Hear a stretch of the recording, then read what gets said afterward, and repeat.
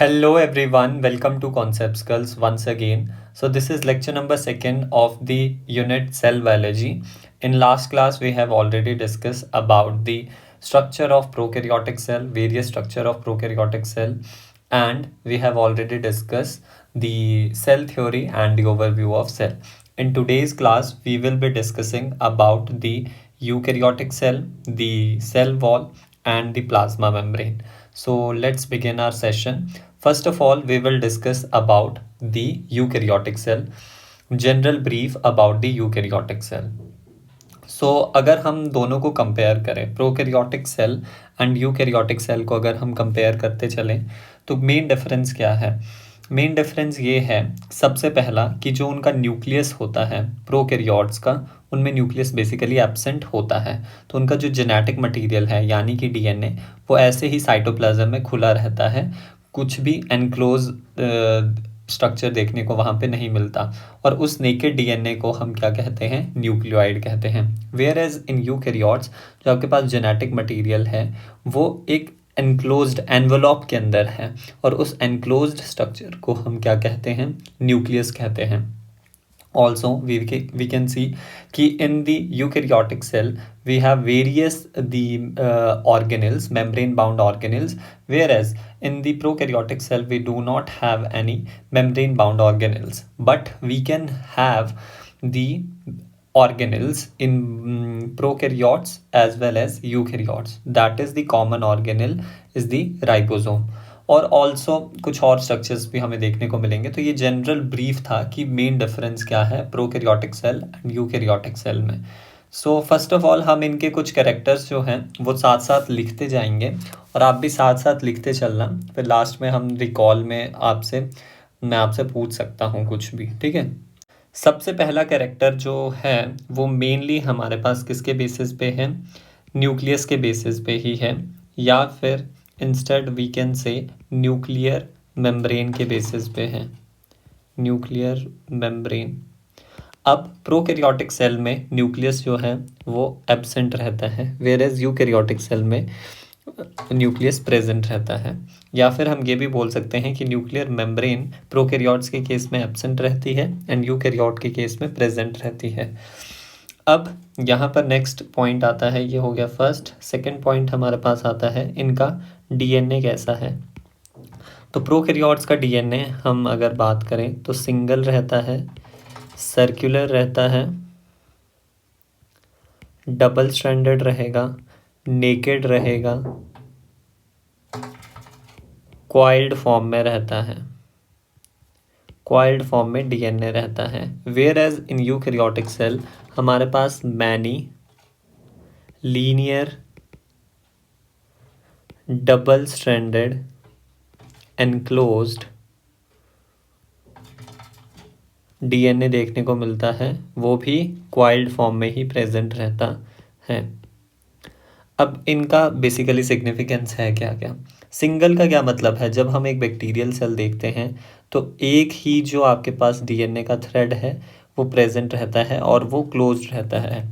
Closed का simply क्या मतलब है, क्लोज्ड या सर्कुलर का, कि जो दोनों एंड्स हैं वो आपस में फ्यूज रहेंगे। वेयर एज यूकैरियोट्स में हमारे पास हम देखते हैं मैनी लीनियर क्रोमोसोम प्रेजेंट रहते हैं। तो ये लीनियर है, सर्कुलर नहीं है, और ये मल्टीपल फॉर्म में रहते हैं। जैसे अगर हम ह्यूमंस की बात करें तो 2n is equals to 46 chromosome होते हैं एक डिप्लॉयड सेल में, सोमैटिक सेल में प्रेजेंट रहते हैं। डबल स्ट्रैंडेड दोनों में ही रहता है, यानी कि हमारे पास 2 स्ट्रैंड्स डीएनए के आपस में प्रेजेंट रहते हैं। फिर नेकेड, नेकेड किस में? प्रोकैरियोट्स में, बिकॉज यहाँ पर कोई न्यूक्लियर मेम्ब्रेन नहीं एनक्लोज कर रही इस डीएनए को, और यहाँ पर एनक्लोज रहता है by the nuclear membrane. Coiled दोनों में ही प्रेजेंट रहता है, ऐसा नहीं होता कि प्रोकैरियोट्स में अनक्वाइल्ड फॉर्म में रहता है। डीएनए तो बहुत बड़ा है प्रोकैरियोट्स में भी, तो उसमें भी वो क्वाइल्ड फॉर्म में रहता है। अब इसकी थोड़ी सी अगर मैं डिटेल आपको बताऊं तो क्वाइल्ड फॉर्म में वो नॉन हिस्टोन प्रोटीन्स के साथ रहेगा प्रोकैरियोट्स में, यहाँ पर कोई हिस्टोन प्रोटीन्स नहीं रहती, वेयर एज यहाँ पर हिस्टोन प्रोटीन्स रहती है। अब जो आपके पास ये नॉन हिस्टोन प्रोटीन्स हैं इनका नाम होता है पॉलीअमीन्स इन केस ऑफ प्रोकैरियोट्स, तो ये हमें थोड़ा ध्यान रखना है। और नेक्स्ट पॉइंट क्या आता है? नेक्स्ट पॉइंट प्लाज्मिड का आता है।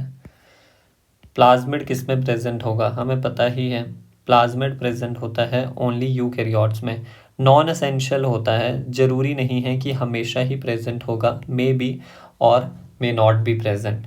नॉन एसेंशियल, और यहाँ तो एब्सेंट रहता है, यहाँ पर प्रेजेंट रहेगा बट नॉन एसेंशियल। ऐसा नहीं है कि सभी में ही प्रेजेंट होगा, कुछ कुछ बैक्टीरिया में ये प्रेजेंट होता है। तो पहले 3 पॉइंट्स जो हैं वो डीएनए और न्यूक्लियस से रिलेटेड हो गए। ठीक है, अब प्लाज्मिड की अगर मैं डिटेल बता दूं तो प्लाज्मिड भी हमने डिस्कस किया था। ये सिंगल भी हो सकता है और it can be multiple. Then इसका डीएनए कैसा होता है? सर्कुलर होता है, डबल स्ट्रैंडेड होता है डीएनए, और most important property is self replicating और ऑटोसोमल रेप्लिकेटिंग पार्टिकल होता है प्लाज्मिड। नेक्स्ट अब आता है हमारे पास किससे रिलेटेड? ऑर्गेनेल से रिलेटेड। बट पहले हम ये डिस्कस कर लेते हैं पीसीजी, जो लास्ट क्लास में हमने डिस्कस किया था। पी से हो जाएगा प्लाज्मा मेम्ब्रेन। अब प्लाज्मा मेम्ब्रेन जो है वो प्रोकैरियोट्स में और यूकैरियोट्स में बिल्कुल सिमिलर रहती है, सिमिलर स्ट्रक्चरली। यहाँ पर भी सिमिलर रहती है, सिमिलर रहेगी स्ट्रक्चरली, दैट इज लाइपोप्रोटीनेशियस रहेगी। बट मेन डिफरेंस क्या है? मेन डिफरेंस हमारे पास ये है कि जो स्टेबिलिटी के लिए मॉलिक्यूल्स रहेंगे उनमें थोड़ा सा वेरिएशन देखने को मिलता है। स्पेलिंग थोड़ी गलत होगी, लाइपोप्रोटीनेशियस, ठीक कर लेना।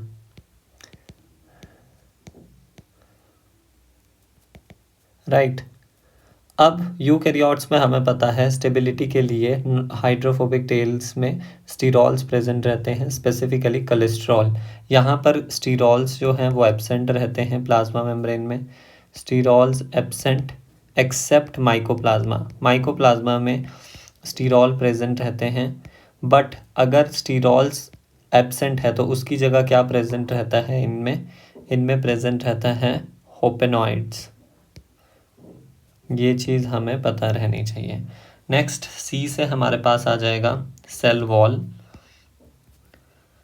सेल वॉल सभी प्रोकैरियोट्स में प्रेजेंट रहती है, प्रोकैरियोट्स में प्रेजेंट रहेगी। किसकी बनी रहती है? पेप्टाइडो में, पेप्टाइडोग्लाइकन की बनी रहती है। एक्सेप्ट किस में प्रेजेंट नहीं होगी? माइकोप्लाज्मा में सेल वॉल प्रेजेंट नहीं होती। दैट्स वाई आप ऐसे याद कर सकते हैं, उनकी प्लाज्मा मेम्ब्रेन को स्टेबिलिटी देने के लिए, माइकोप्लाज्मा की स्टेबिलिटी देने के लिए उनमें स्टेरॉल प्रेजेंट रहता है। वैसे प्रोकैरियोट्स में स्टीरॉल्स एब्सेंट रहते हैं, उनकी जगह उनमें होपेनॉइड्स प्रेजेंट रहते हैं प्लाज्मा मेम्ब्रेन में। बट माइकोप्लाज्मा की प्लाज्मा मेम्ब्रेन में हमारे पास स्टीरॉल्स देखने को मिलते हैं। नेक्स्ट हमारे पास आता है दैट यूकैरियोट्स में, ऑल यूकैरियोट्स में प्रेजेंट रहती है, एक्सेप्ट किस में प्रेजेंट नहीं रहेगी? मोस्ट इम्पॉर्टेंट तो हमारे पास एनिमल सेल, एनिमल्स में हमारे पास नहीं रहती। फिर कुछ हमारे पास प्रोटिस्ट भी है, जैसे कि प्रोटोजोअन्स, देन यूग्लिनॉइड्स। यूग्लिनॉइड में आपने देखा होगा एक पेलिकल की प्रोटीनेशियस लेयर प्रेजेंट रहती है प्लाज्मा मेम्ब्रेन के बाहर, that is not cell wall. And the slime mould. Also हमारे पास यहाँ पर आते हैं यंग प्लांट गैमीट्स। वैसे तो प्लांट सेल में हमारे पास सेल वॉल देखने को मिलती है, बट गैमीट्स को एक्चुअली फर्टिलाइज करके ग्रो भी करना है, तो यंग प्लांट गैमीट्स में हमारे पास क्या रहता है? सेल वॉल एब्सेंट रहती है। अब नेक्स्ट पॉइंट आता है, जी से हो जाएगा ग्लाइकोकैलिक्स। ग्लाइकोकैलिक्स का डिफरेंस मैंने आपको बता ही दिया था, दैट प्रोकैरियोट्स में glycocalyx is made up of किसका? Polysaccharide. P for prokaryotes, P for polysaccharides. And eukaryotes में जो ग्लाइकोकैलिक्स है that is made up of oligosaccharides. ठीक है, फिर नेक्स्ट हमारे पास आता है, अब ऑर्गेनेल्स के बारे में थोड़ा डिस्कस करते हैं। 7th पॉइंट कि प्रोकैरियोट्स में मेम्ब्रेन बाउंड ऑर्गेनेल्स एब्सेंट रहती हैं। मेम्ब्रेन बाउंड ऑर्गेनेल्स एब्सेंट रहेगी, वेयरएज यहाँ पर मेम्ब्रेन बाउंड ऑर्गेनेल्स प्रेजेंट रहती है। सिंपली प्रेजेंट लिखते हैं, क्यों टाइम वेस्ट करना, प्रेजेंट रहेगी।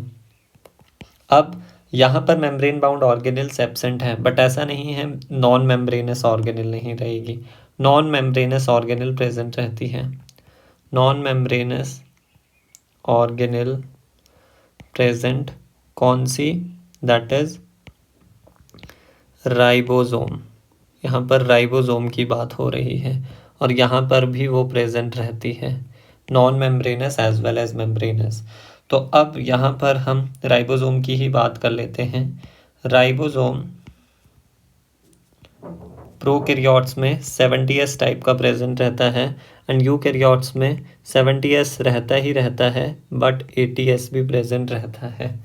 इसके हम डिटेल्स देखेंगे। 70S का हमें पता है, it is present in the mitochondria and the chloroplast, and 80S is present in the cytoplasm और एसोसिएटेड विद ER और द न्यूक्लियस, राइट। नेक्स्ट आता है हमारे पास फ्लैजेला। फ्लैजेला के बारे में भी हम लास्ट क्लास में डिस्कस कर चुके हैं, prokaryotic and eukaryotic. Prokaryotic flagella जो है वो रोटेटरी मूवमेंट शो करता है, रोटेटरी मूवमेंट शो करेगा। आइदर वो कैसी हो सकती है, क्लॉकवाइज हो सकती है, और वो एंटी क्लॉकवाइज भी हो सकती है, ठीक है। अब ये रोटेटरी मूवमेंट शो कर रहा है, और यहाँ पर यूकैरियोट्स के केस में अनड्यूलेटिंग मूवमेंट यानी स्वीपिंग मूवमेंट देखने को मिलती है। स्वीपिंग मूवमेंट, या फिर इसे ओर लाइक मूवमेंट भी कहते हैं। ओर लाइक मूवमेंट मतलब कि कैसे, ऐसे लेफ्ट राइट ऐसा, लेफ्ट राइट करके, ठीक है। अब यहाँ पर जो फ्लैजेला है वो मोनोफिब्रिलर होता है। मोनोफिब्रिलर यानी आपके पास 1+1 कंडीशन रहेगी प्रोटीन फाइबर्स की अरेंजमेंट की। यहाँ पर 9+2 अरेंजमेंट देखने को मिलती है यूकैरियोटिक फ्लैजेला में। जो एक्सोनीम पार्ट होता है फ्लैजेला का, उसमें 9+2 माइक्रोफिब्रिलर माइक्रोटिब्यूल्स की अरेंजमेंट देखने को मिलती है। 9+2 microtubules arrangement, and most importantly जो आपके पास प्रोकैरियोट्स है उसमें फ्लैजेला किस प्रोटीन का बना रहता है, फ्लैजेलिन प्रोटीन का बना रहता है। यूकैरियोट्स में फ्लैजेला ट्यूब्युलिन प्रोटीन का बना रहता है। सो इतनी चीज़ें हमें पता होनी चाहिए। 10th पॉइंट हमारे पास आता है, फ्लैजेला हमने डिस्कस कर लिया। Cytoskeletal structure, cytoskeleton structure and the cyclosis, जिसे हम साइटोप्लाज्मिक स्ट्रीमिंग भी कहते हैं, ठीक है। अब साइटोस्केलेटन स्ट्रक्चर प्रोकैरियोट्स में सच देखने को नहीं मिलते, और यहाँ पर प्रेजेंट रहते हैं। अब साइक्लोसिस और साइटोप्लाज्मिक स्ट्रीमिंग का क्या मतलब है कि जो आपके पास साइटोप्लाज्म की मूवमेंट रहती है, ठीक है। नेक्स्ट आते हैं कुछ स्ट्रक्चर्स, जैसे कि मीसोजोम्स। फिर हमारे पास आता है chromatophores,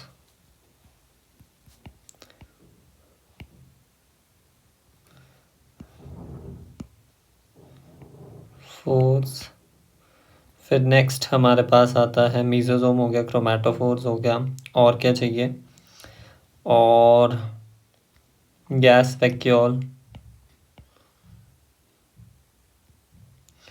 and the inclusion body आगे कर लेंगे, चलो लिख ही लेते हैं।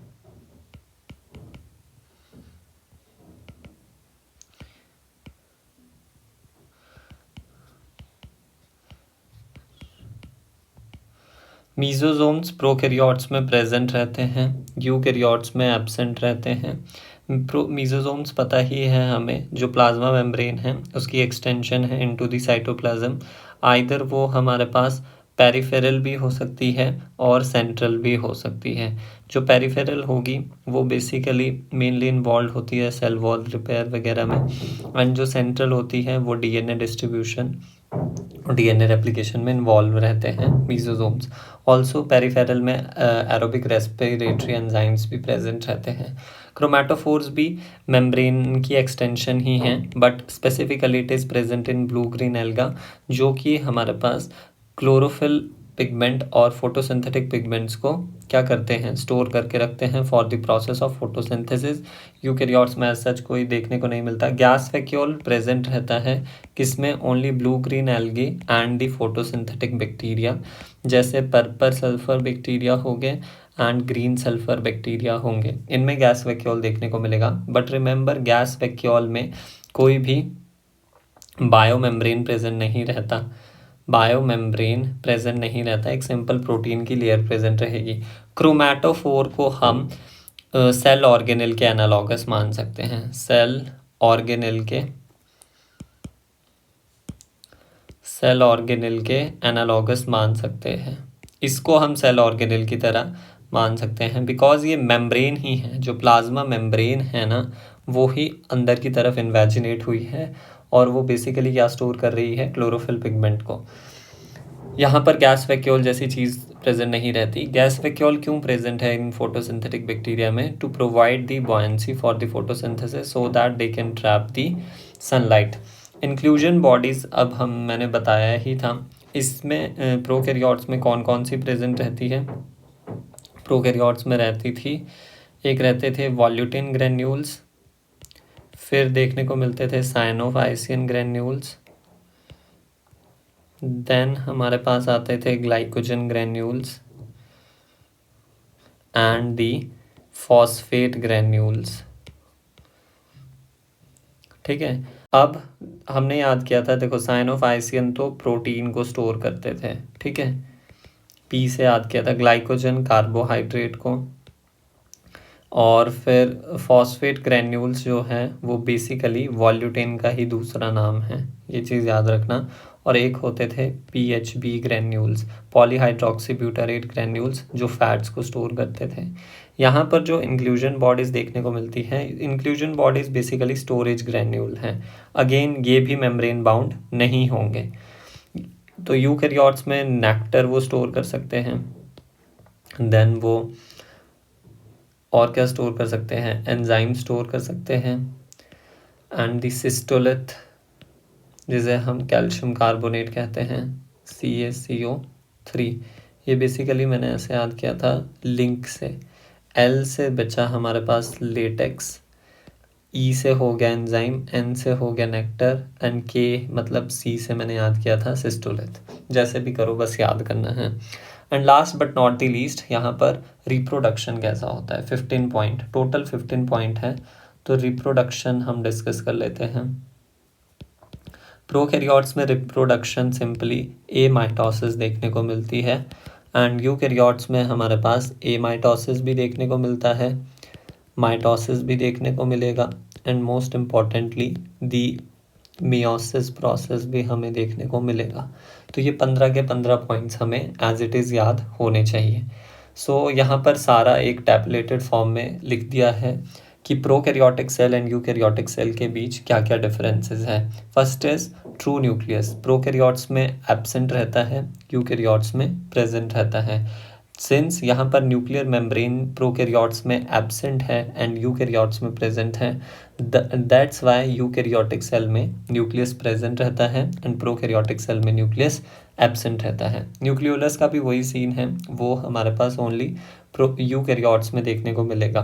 डीएनए मैंने बताया सिंगल होता है, सर्कुलर होता है, डबल स्ट्रैंडेड होता है, क्वाइल्ड होता है, किनका, प्रोकैरियोट्स का।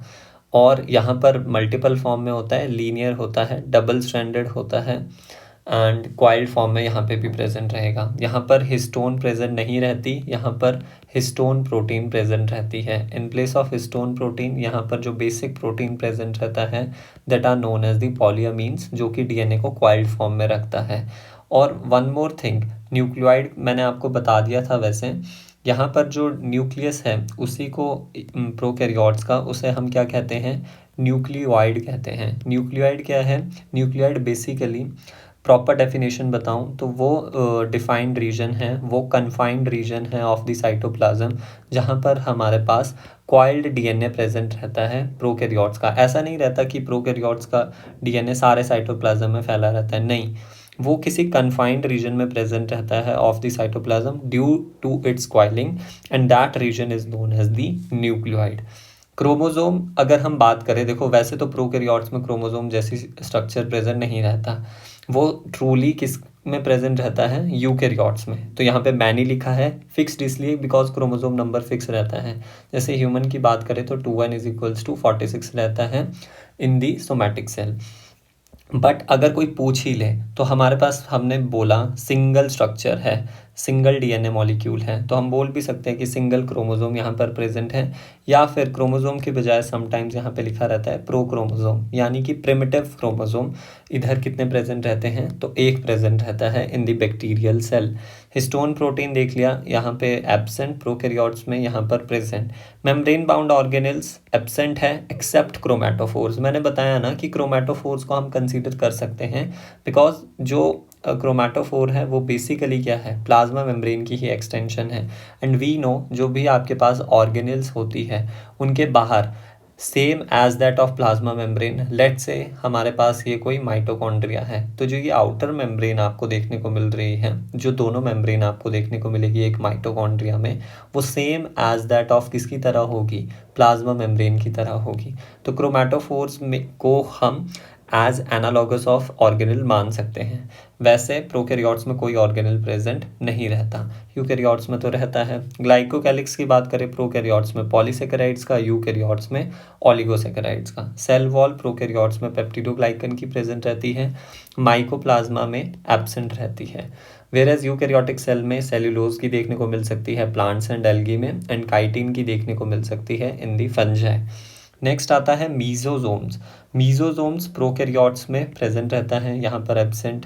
पिली एंड फिम्ब्रे की बात करें प्रोकैरियोट्स में देखने को मिलता है, यूकैरियोट्स में एब्सेंट। पॉलीसोम प्रोकैरियोट्स में प्रेजेंट, यूकैरियोट्स में एब्सेंट। पॉलीसोम्स क्या है, पॉलीसोम्स को हम पॉलीराइबोसोम्स भी कहते हैं, जिसमें एक सिंगल mRNA जो है वो ज्वाइन रहता है विद वेरियस राइबोसोम्स, जो कि सेम प्रोटीन को ही क्या कोड कर रहे होते हैं, मल्टीपल टाइम्स फॉर्म कर रहे होते हैं। राइबोसोम्स यहाँ पे 70s, यहाँ पे 70s as well as 80s। Inclusion bodies and gas vacuole prokaryotes में प्रेजेंट, यूकैरियोट्स में जनरली एब्सेंट ही मानते हैं।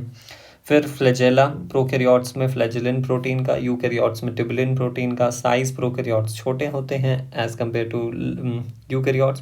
प्रोकैरियोट्स की बात करें तो मैंने सिंपली तुम्हें क्या बताया था, प्रोकैरियोट्स में मैंने सिंपली बताया था कि वो 1 to 2 माइक्रोन होते हैं, और यूकैरियोट्स जो हैं वो इसका 10 टाइम्स कर दो तो 10 to 20 माइक्रोन यूकैरियोट्स रहते हैं। मल्टीप्लिकेशन प्रोकैरियोट्स की फास्टर रहती है बिकॉज इसमें सिंपलर मोड ऑफ रिप्रोडक्शन होता है, यहाँ पर कॉम्प्लेक्स मोड ऑफ रिप्रोडक्शन होता है, that's why it is slower and the complex. Cytoskeleton structure prokaryotes में एब्सेंट, यूकैरियोट्स में present, like microtubules, microfilament and intermediate filament.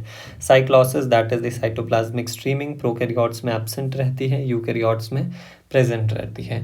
सो ये चीज़ें हमें याद रखनी है। टोटल बेसिकली ये 15 पॉइंट्स ही हैं, थोड़े बहुत इसमें एक्सटेंशन हो गई होगी, बट मेनली आपको जो ये मैंने आपको 15 पॉइंट्स बताए हैं सारे के सारे, उनको बाय हार्ट लर्न कर लेना है। इससे आपके सारे डिफरेंसेस क्लियर हो जाएंगे between the prokaryotes and the eukaryotes.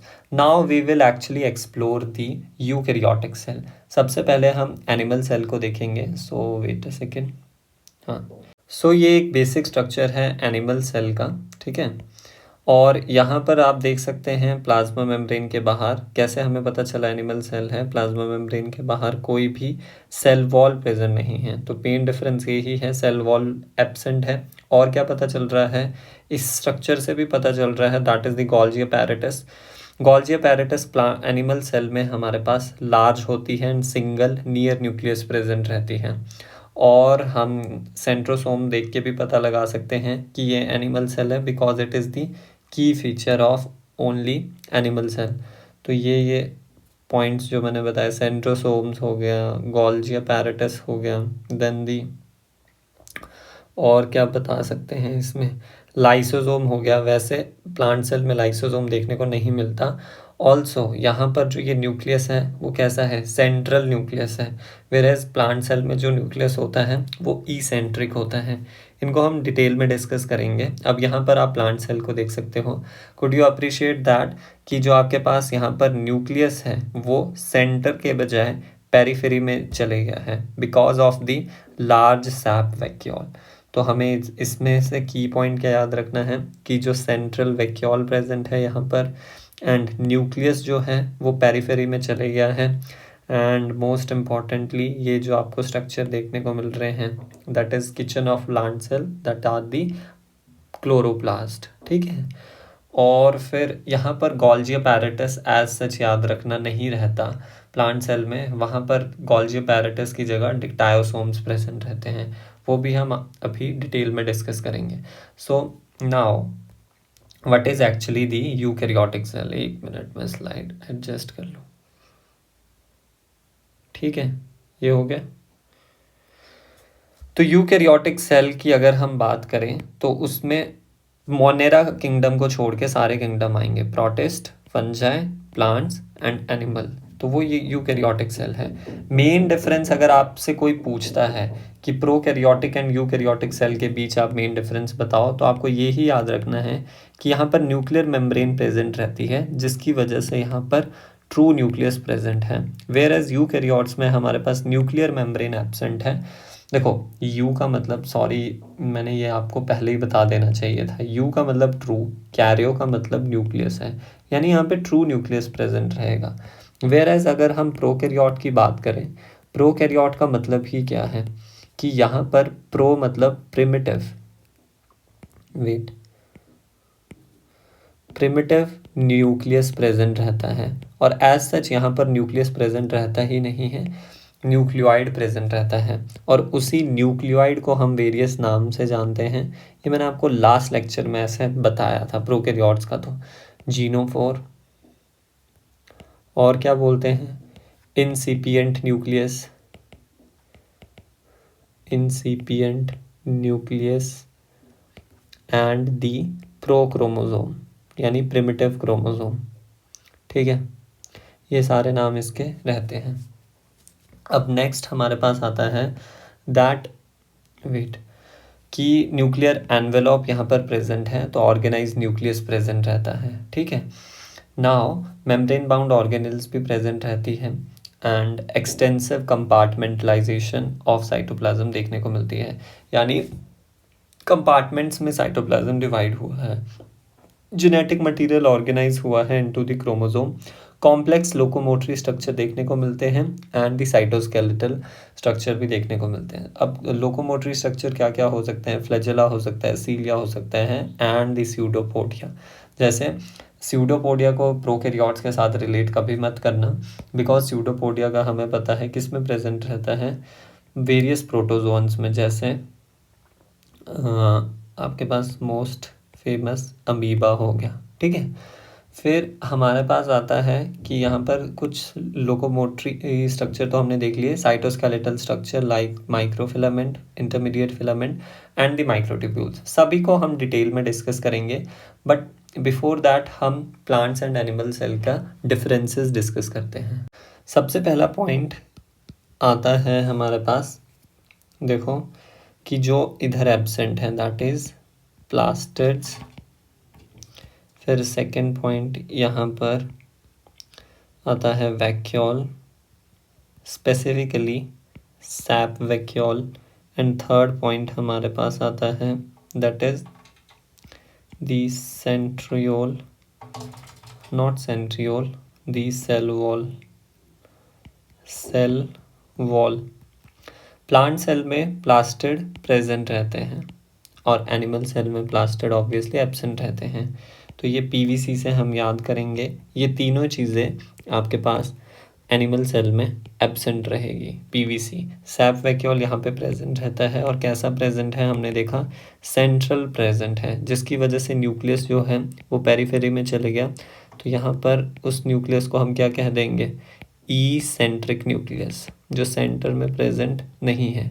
ई का मतलब यहाँ पे नॉट है। ई सेंट्रिक न्यूक्लियस यहाँ पे प्रेजेंट है। सेल वॉल प्लांट सेल में प्रेजेंट रहती है और एनिमल सेल में तो वो एब्सेंट है। फिर नेक्स्ट पॉइंट क्या है? नेक्स्ट पॉइंट सेल वॉल के बाद हमारे पास आता है lysosome and the Golgi body. तो लाइसोसोम्स की अगर हम बात करें तो प्लांट सेल में एज सच वो एब्सेंट रहते हैं, एनिमल सेल में लाइसोसोम प्रेजेंट रहते हैं। एंड जो प्लांट सेल है उनमें लाइसोसोम तो प्रेजेंट नहीं है, बट समटाइम्स अगर स्फीरोसोम्स देखने को मिल रहे हैं तो उनको हम प्लांट लाइसोसोम के इक्विवेलेंट मानते हैं। स्फीरोसोम्स अगर प्रेजेंट हैं उन्हें हम प्लांट लाइसोसोम्स ही कहते हैं। ठीक है, ये चीज़ आप याद रखना।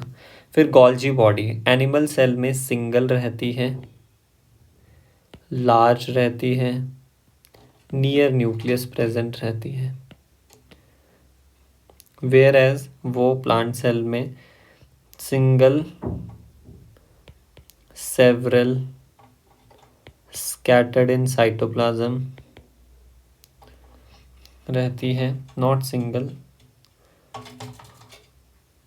सेवरल लिख दिया ना, सेवरल का मतलब वही तो है, सेवरल स्मॉल लिखना चाहिए था, ट्रिपल एस से हम याद रखेंगे स्मॉल, सेवरल, स्कैटर्ड। और उन बॉडीज को हम क्या कहते हैं? डिक्टायोसोम्स कहते हैं, राइट। नेक्स्ट हमारे पास आता है सिक्स्थ पॉइंट आता है सेंट्रोसोम। सेंट्रोसोम प्लांट एनिमल्स में प्रेजेंट रहते हैं। प्लांट सेल में एज सच तो एब्सेंट ही है सेंट्रोसोम, बस उनकी जगह हमारे पास क्या प्रेजेंट रहता है? MTOCs, that is microtubule organising centres. ठीक है। फिर अगला आता है हमारे पास कि यहाँ पर स्टोर फूड कैसा रहता है। तो स्टोर्ड फूड प्लांट सेल में that is starch, and animal cell में stored food is glycogen, and glycogen is stored in liver and muscle cell. Now last point, not last, second last, cell division के बारे में अगर हम discuss करें तो prokaryotes में सेल डिवीजन जो है वो सेल प्लेट मेथड से की जाती है। किस मेथड से? Cell plate method. और यहाँ पर ग्रूव और फरो मेथड से सेल डिवीजन होती है। अब जो सेल प्लेट मेथड है उसमें क्या होता है? लेट्स से हमारे पास ये प्लांट सेल है और यहाँ पर सेंटर से, वेट ये क्या हो रहा है, सेंटर से हमारे पास सेल प्लेट जो है वो बनने लगती है टुवर्ड पेरिफेरी। तो यानी कि सेंटर से पेरिफेरी बनती है। और ग्रूव मेथड में क्या होता है? ऐसा, वेट, लेट से ये हमारे पास सेल है और इसमें फिर क्या होती है? इनवेजिनेशन होती है टुवर्ड इनसाइड। ऐसे प्लाज्मा मेम्ब्रेन अंदर की तरफ फोल्ड होगी। तो ये क्या हो रहा है? पेरिफेरी से सेंटर की तरफ डिवीजन हो रहा है।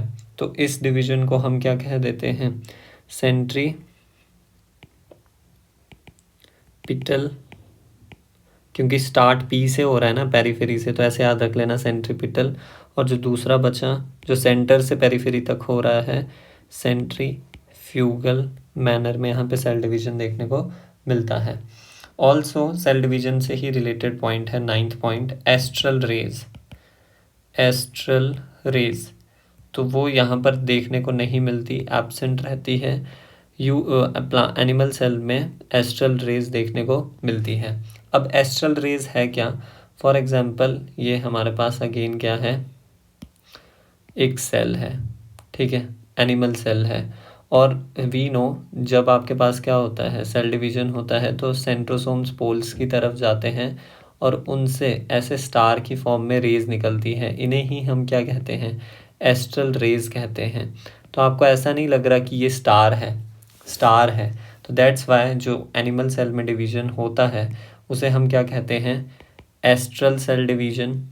और ये सेंटर की तरह काम कर रहा है सेंट्रोसोम, तो इसे ही हम सेंट्रिक सेल डिवीजन भी कह देते हैं। बिकॉज सिंस यहाँ पर दोनों तरफ में स्टार बन रहे हैं तो बोथ के लिए हम एम्फी लगाएंगे, तो एम्फी एस्ट्रल सेल डिवीजन भी यहाँ पर हम बोल सकते हैं। वेयर एज प्लांट सेल में ऐसा कुछ नहीं होता, तो हम उसे एस्ट्रल का क्या मतलब है, वन स्टार, ठीक है। और यहाँ पर वन स्टार जो है वो एब्सेंट है, तो उसके लिए हम एन लगा देंगे साथ में, तो एन एस्ट्रल सेल डिवीजन, या फिर हम इसे ही बोल सकते हैं एसेंट्रिक सेल डिवीजन यहाँ पर देखने को मिलता है, acentric cell division, right. So these are the 9 points जो हमें याद रखने हैं। तो इसके लिए एक ट्रिक भी है जो आप याद कर लेना। क्या ट्रिक है, दैट इज पिंक से लिखते हैं, PVC लगाओ कल। अब स्पेलिंग बस आप ऐसे याद रखना, PVC लगाओ कल, एंड नहीं तो शिकायत हो जाएगी, ठीक है। ये हमारे पास इसके लिए ट्रिक है। फर्स्ट ऑफ ऑल PVC से plastid, then vacuole and then the cell wall, फिर L से लाइसोसोम, G से गोल्जी बॉडी, C से हो जाएगा सेंट्रोसोम, देन S से हो जाएगा स्टोर्ड फूड, C से हो जाएगा cell division, and last cell division का ही part that is astral cell division, ठीक है। तो ये हमारे पास ट्रिक है, इसको एक बॉक्स में कैद कर लेते हैं।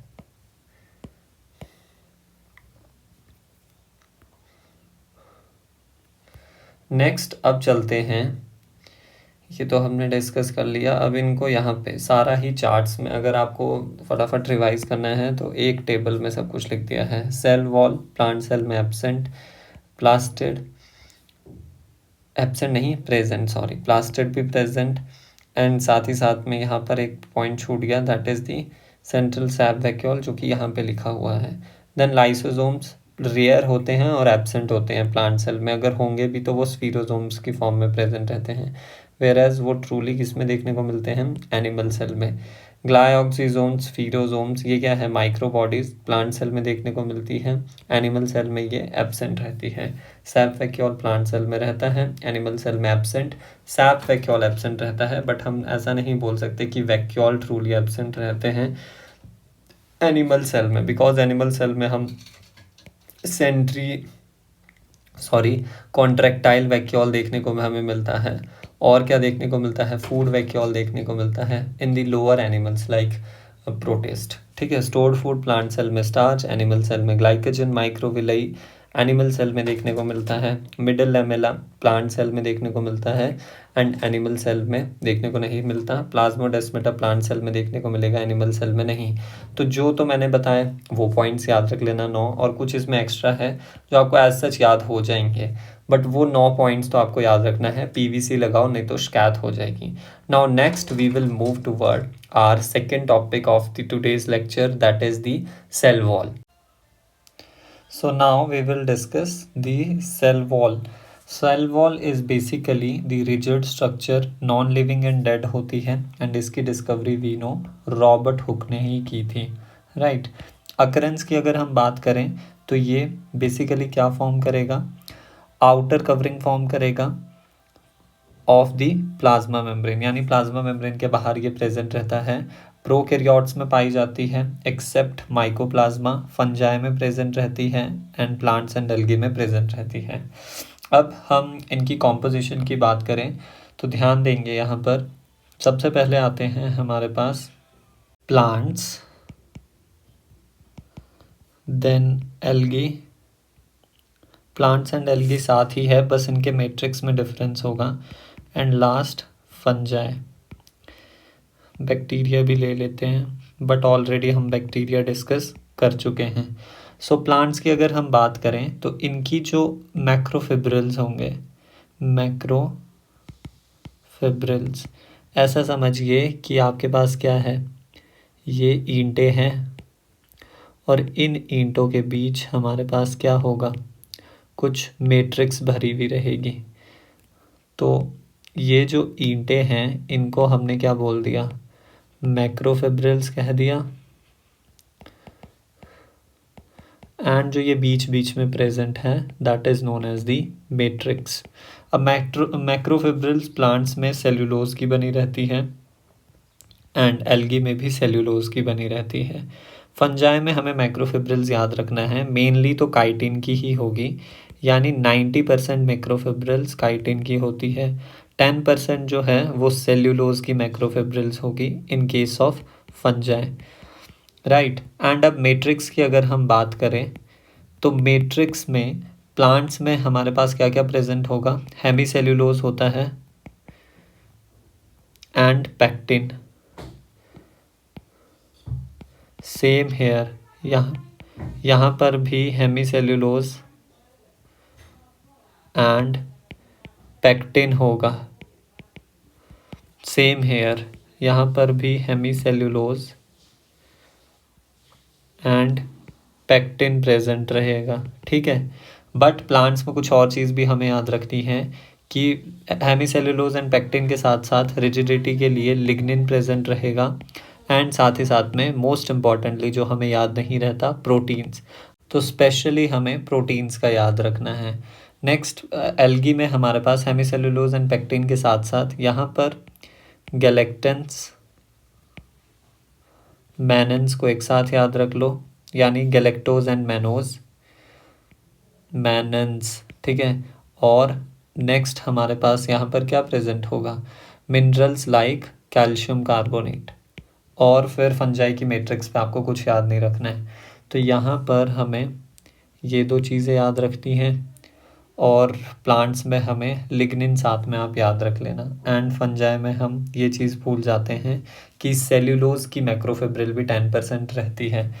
अब if we talk about bacteria, तो बैक्टीरिया में हमारे पास पेप्टाइडोग्लाइकन प्रेजेंट रहता है,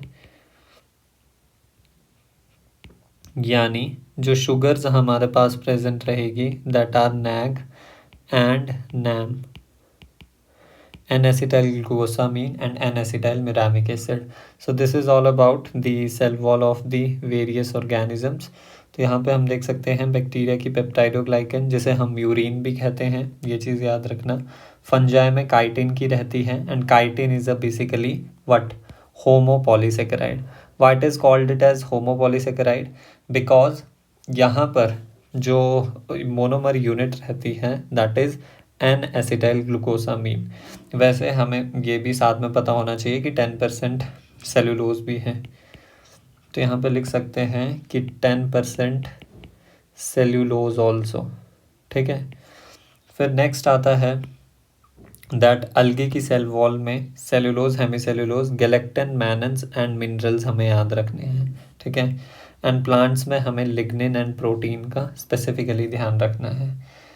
so next is the function of cell wall. What are the function of cell wall, एक तो ये शेप प्रोवाइड करेगा, फिर ये मैकेनिकल डैमेज से प्रोटेक्ट करता है और कोई इन्फेक्शन ना हो उससे प्रिवेंट करेगा, एंड ये बैरियर होता है अनडिज़ायरेबल मैक्रोमोलिक्यूल के लिए and cell to cell interaction में ये हेल्प करता है। नेक्स्ट अब हमारे पास आता है, there are two types of mainly cell wall, one is primary cell wall and another is secondary cell wall. So now अब सेल वॉल की फॉर्मेशन देख लेते हैं। सबसे पहले हमारे पास ड्यूरिंग सेल डिवीजन क्या होता है, वेट,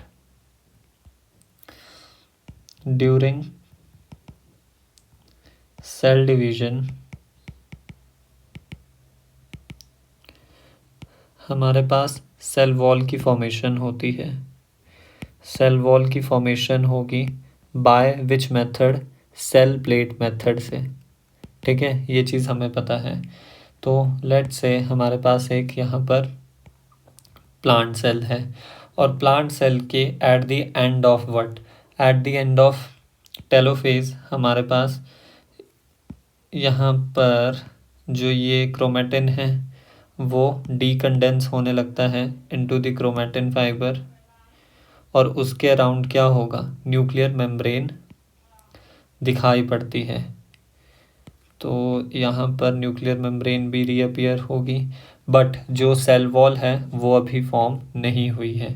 तो सेल वॉल की फॉर्मेशन कुछ बिगिन यहाँ से होती है, in the centrifugal manner, from centre to periphery cell wall की फॉर्मेशन होगी। अब सेल प्लेट कैसे फॉर्म होगी, सेल प्लेट की फॉर्मेशन सबसे पहले जो यहाँ पे ये फ्रेगमेंट्स आए हैं, वेट, फ्रेगमोप्लास्ट आते हैं, PCM हम याद रखेंगे, तो फ्रेगमोप्लास्ट आएंगे। फ्रेगमोप्लास्ट के बाद यहाँ पर सेल प्लेट की फॉर्मेशन होगी एंड देयर आफ्टर यहाँ पर मिडल लेमेला फॉर्म हो जाएगा, मिडल लेमेला फॉर्म हो जाएगा, जिसके ऊपर अल्टीमेटली क्या होगा, सेल वॉल फॉर्म होगी। सो अब एक्चुअली हुआ क्या है, तो ध्यान से देखेंगे कि फ्रेगमोप्लास्ट है क्या। फ्रेगमोप्लास्ट बेसिकली रेमिनेंट्स हैं माइक्रोट्यूब्यूल के, रेमिनेंट्स किसके, ऑफ माइक्रोट्यूब्यूल। उनके साथ साथ हमारे पास यहाँ पर क्या आ जाता है, गोल्जी बॉडी आ जाती है, जो कि क्या सिक्रीट करेगी, पेक्टिन सिक्रीट करेगी। अब जब वो यहाँ पे पेक्टिन सिक्रीट करेगी तो फाइनली हमारे पास सेल प्लेट की फॉर्मेशन होगी। अब इस सेल प्लेट पे हमारे पास कैल्शियम एंड मैग्नीशियम आयन का डिपोजिशन होता है, जिसकी वजह से यहाँ पर मिडल लेमेला फॉर्म हो गया। तो मिडल लेमेला में हमारे पास क्या था, सेल प्लेट में हमें पता है पेक्टिन प्रेजेंट था, मिडल लेमेला पर हमारे पास अब कैल्शियम भी आ गया है, मैग्नीशियम भी आ गया है। तो मैग्नीशियम एंड कैल्शियम किस फॉर्म में प्रेजेंट रहेंगे, calcium pectate and magnesium pectate की फॉर्म में प्रेजेंट रहेंगे, right. Could you appreciate that.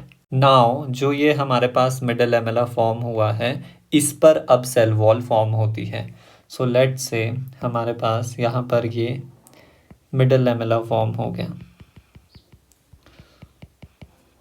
इसको रादर मेरे को ऐसे रिप्रेजेंट करना चाहिए कि ये हमारे पास क्या फॉर्म हो गया, मिडल लेमेला फॉर्म हो गया। So this is nothing but middle lamella, ठीक है। नाउ अब इस पर हमारे पास इस डायरेक्शन में भी और इस डायरेक्शन में भी सेल वॉल का फॉर्मेशन होगा। Cell wall is formed on middle lamella toward plasma membrane. तो सबसे पहले यहाँ पर प्राइमरी वॉल की फॉर्मेशन होती है, लेट्स से ये प्राइमरी वॉल हमारे पास यहाँ पे डिपॉजिट हो गई,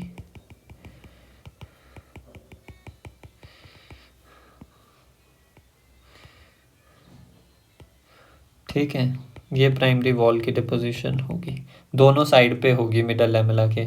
और देयर आफ्टर हमारे पास क्या होगा, जो सेकेंडरी वॉल है उसकी मल्टीपल लेयर्स का क्या होगा, लेट डाउन होगी सेकेंडरी वॉल। अब जो सेकेंडरी वॉल होती है उसकी मैक्रोफिब्रिल्स थोड़ी पैटर्न में अरेंज होती है,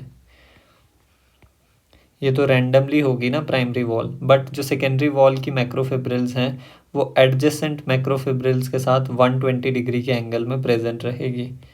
सो हेयर वी कैन सी यहाँ पर आपस में मैक्रोफिब्रिल्स के बीच कितने का एंगल है, that is equals to 120 degree. Same यहाँ पे भी ऐसा ही होगा, ठीक है, और दूसरी साइड भी यही होगा। तो ये वाली होगी हमारे पास secondary wall,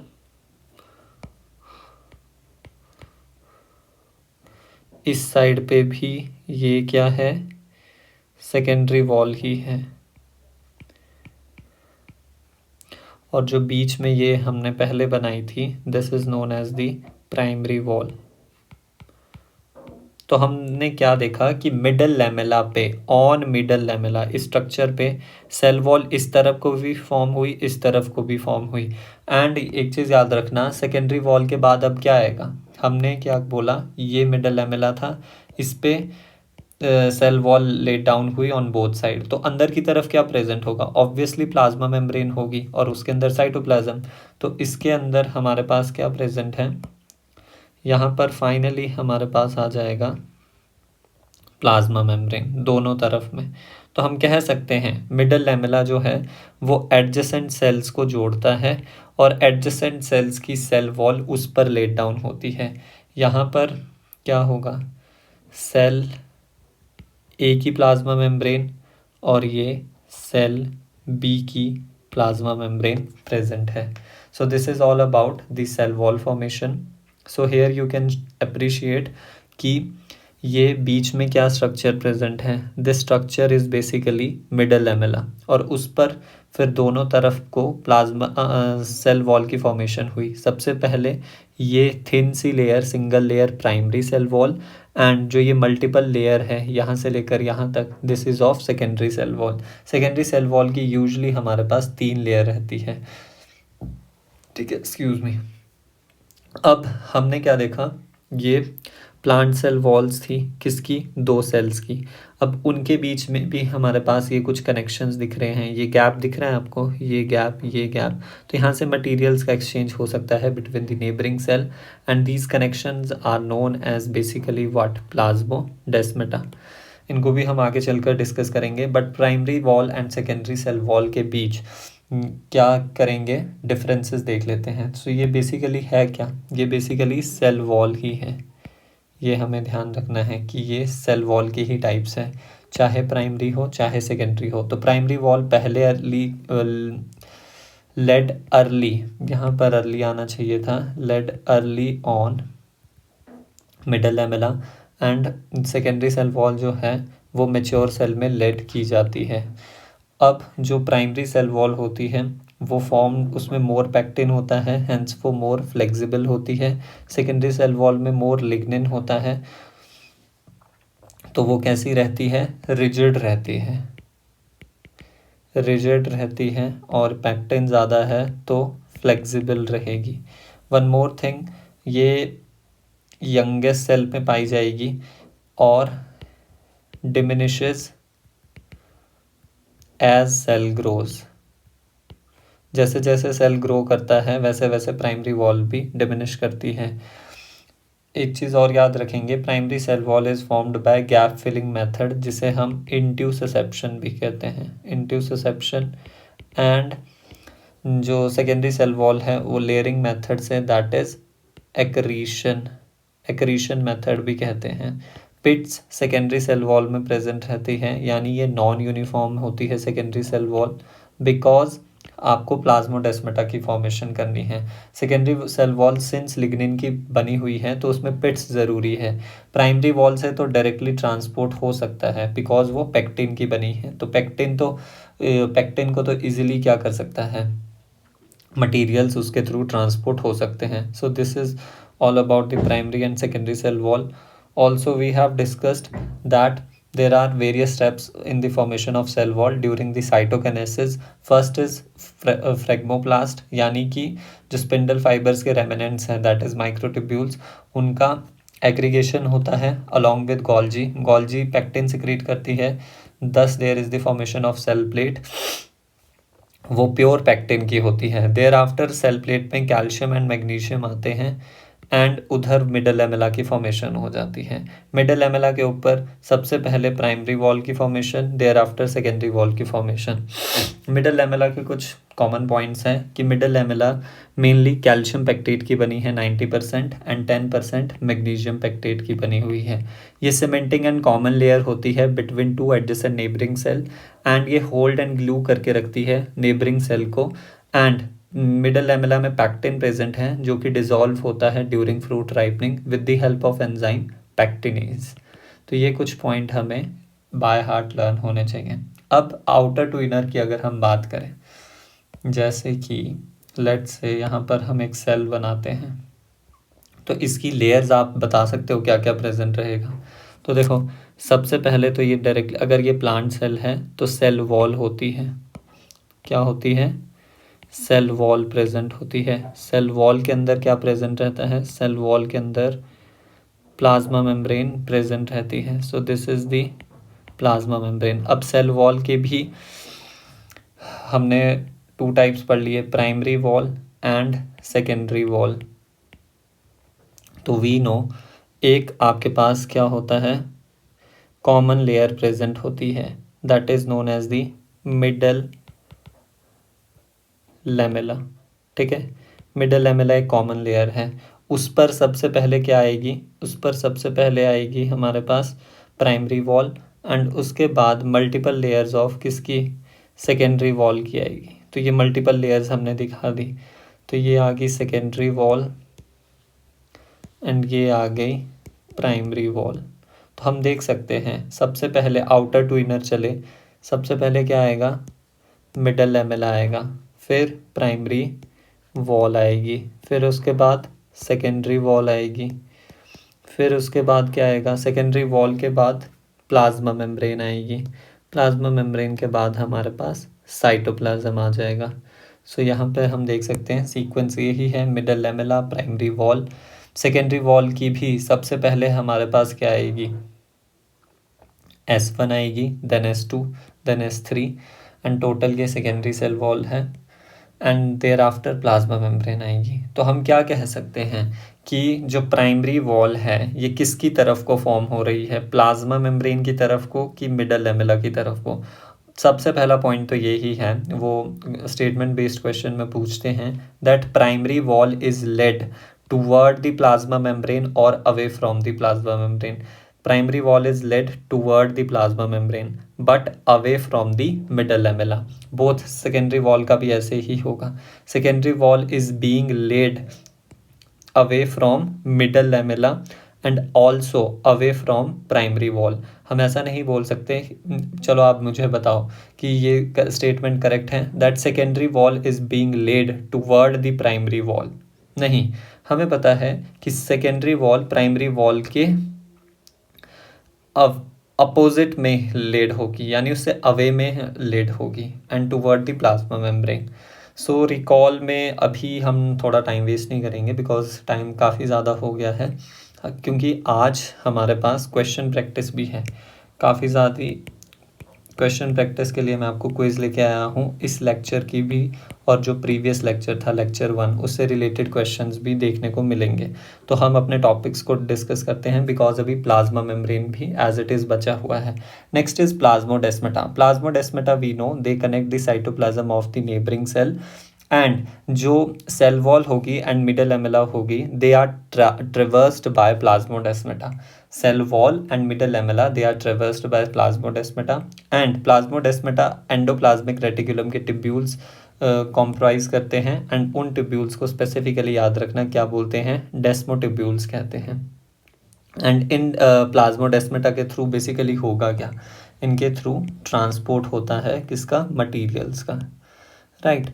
So now next we will move toward the last topic of this lecture, that is plasma membrane. So plasma membrane के बारे में हमें brief में सबको पता ही है that ये outer living covering होती है all cell की, और ये selectively permeable होती है, lipoproteinaceous होगी, that means ये किस किस की बनी होगी, lipids and the proteins। ठीक है, नेक्स्ट हमारे पास क्या है कि जो प्लाज्मा लेमा टर्म है वो JQ प्लो ने दी, कैसे याद रखेंगे, P and P, and cell membrane term जो है क्रैमर से याद रखना, फिर उसके साथ नकेली भी थे। तो plasmalemma term given by JQ Plowe and cell membrane term given by Nageli and Cramer. देखो इम्परमिएबल का मतलब होता है कि उसके थ्रू नो ट्रांसपोर्ट, उसके थ्रू कोई भी ट्रांसपोर्ट नहीं हो सकता। ठीक है, और ऐसा कौन से कंपाउंड करते हैं, एक सुबेराइज्ड सेल्स और जहाँ पे लिग्निन डिपॉजिट होगा, जहाँ पे सुबेरिन एंड लिग्निन डिपॉजिट होगा। Freely permeable and totally permeable का मतलब है फ्री ट्रांसपोर्ट, यानी कोई रुकावट नहीं होगी, जैसे कि हमारे पास सेल वॉल होती है। ठीक है, और सेमी परमिएबल और more specifically selectively permeable, that means selected molecules का, सिलेक्टेड सब्सटेंसेस का ट्रांसपोर्ट होता है, जो कि हमारे पास कौन सी ऐसी मेम्ब्रेन है, that is the basically plasma membrane. ठीक है, नेक्स्ट अब आता है कि 1950 में इलेक्ट्रॉन माइक्रोस्कोपी की डेवलपमेंट में की वजह से प्लाज्मा मेम्ब्रेन के स्ट्रक्चर को भी हम स्टडी कर पाए। फिर केमिकल स्टडी ये शो करती है कि आरबीसी की मेम्ब्रेन पे, अब कोई भी जो बायो मेम्ब्रेन है वो लाइपोप्रोटीनेशियस तो होगी, तो उसमें लिपिड्स तो प्रेजेंट होंगे एंड प्रोटीन्स भी प्रेजेंट होंगे। बट अर्लियर तो यही माना जाता था कि जो आपके पास आरबीसी की मेम्ब्रेन है ना, उसमें 42% लिपिड्स प्रेजेंट होते हैं एंड 58% प्रोटीन प्रेजेंट रहती है। पहले कार्बोहाइड्रेट का जिक्र नहीं किया जाता था, but now we got to know कि 8% हमारे पास कार्बोहाइड्रेट्स भी रहते हैं। तो एग्जैक्ट कॉम्पोजिशन जो है आरबीसी की मेम्ब्रेन की वो 40% लिपिड है, 52% प्रोटीन्स है एंड 8% कार्बोहाइड्रेट है। एंड जो ये रेशो होती है प्रोटीन एंड लिपिड्स की, ये वेरी करती है among the cells, various type of cells में ये वेरी करेगी। तो एक प्लाज्मा मेम्ब्रेन लाइपोप्रोटीनेशियस तो है, मेजरली तो है, बट साथ ही साथ में उसमें क्या है, कार्बोहाइड्रेट्स भी प्रेजेंट है। मेनली जो लिपिड्स प्रेजेंट रहते हैं वो या तो फॉस्फोलिपिड प्रेजेंट रहेंगे, और यहाँ पर हमें ग्लाइकोलिपिड्स लिखना चाहिए था, ग्लाइकोलिपिड्स, एंड साथ ही साथ में कोलेस्ट्रॉल भी प्रेजेंट रहता है। तो यहाँ पे लिख देते हैं वेट, ग्लाइकोलिपिड्स। सो ये ऐड कर दिया बिकॉज यहाँ पर करेक्शन है। सो अब हम डिटेल्ड जो स्ट्रक्चर है प्लाज्मा मेम्ब्रेन का उसको एक बार देख लेते हैं।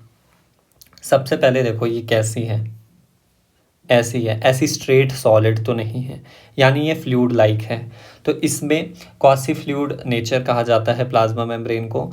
एंड यहाँ पर देखा गया है, जो ये आपको डॉट डॉट दिख रहे हैं, इसको वाटर से कंपेयर कर दो या सी से कंपेयर कर दो, तो फॉस्फोलिपिड्स का क्या है, सी प्रेजेंट है, जिसमें जो आइसबर्ग्स हैं, ये आइसबर्ग ये किसके हैं, ये प्रोटीन्स के हैं। तो icebergs of protein floats in the sea of phospholipid. तो हमें दो चीज़ें मेनली यहाँ पे दिखी, एक तो प्रोटीन्स दिखी, क्या दिखी, प्रोटीन्स दिखी, और एक हमारे पास यहाँ पे लिपिड्स दिखे।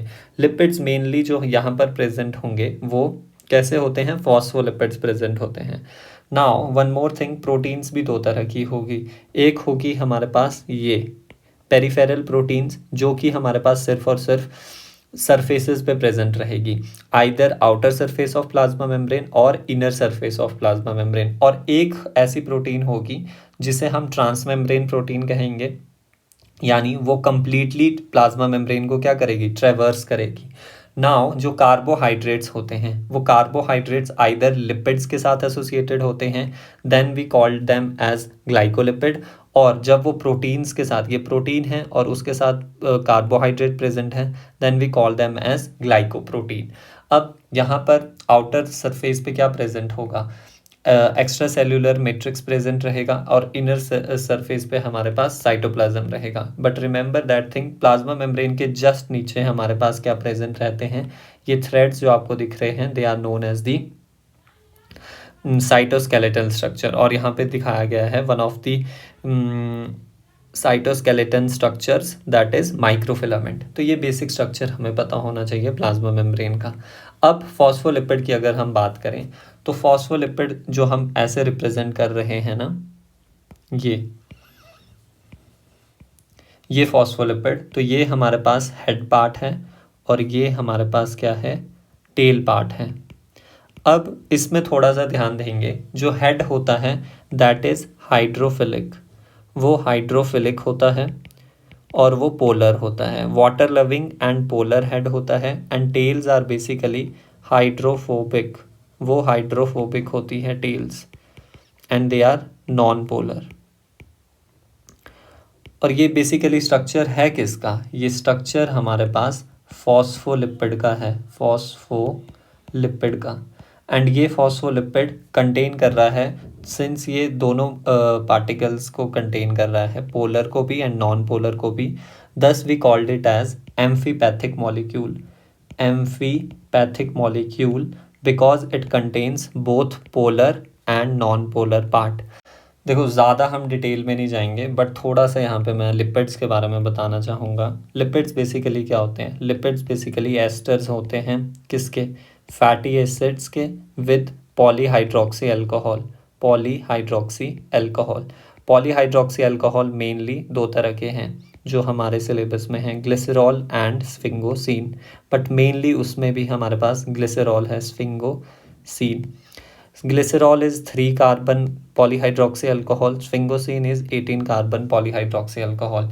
अब जो फॉस्फोलिपिड होता है, फॉस्फोलिपिड में कैसी कॉम्पोजिशन होती है, जैसे ग्लिसरॉल का अगर मैं बताऊं, ये 3 कार्बन प्रेजेंट रहेंगे, उसके साथ CH2H CH2 एंड OH लगा रहता है, ठीक है, ये OH OH and OH। So this is basically what, glycerol, ये है ग्लिसरॉल। अब इसके साथ पॉलीहाइड्रोक्सी अल्कोहल जुड़ेगा, नहीं सॉरी, पॉलीहाइड्रोक्सी अल्कोहल नहीं, fatty acid, and fatty acid का फॉर्मूला होता है, याद रखना, RCOOH। तो यहाँ पे कोई R1 मान लेते हैं एंड COOH,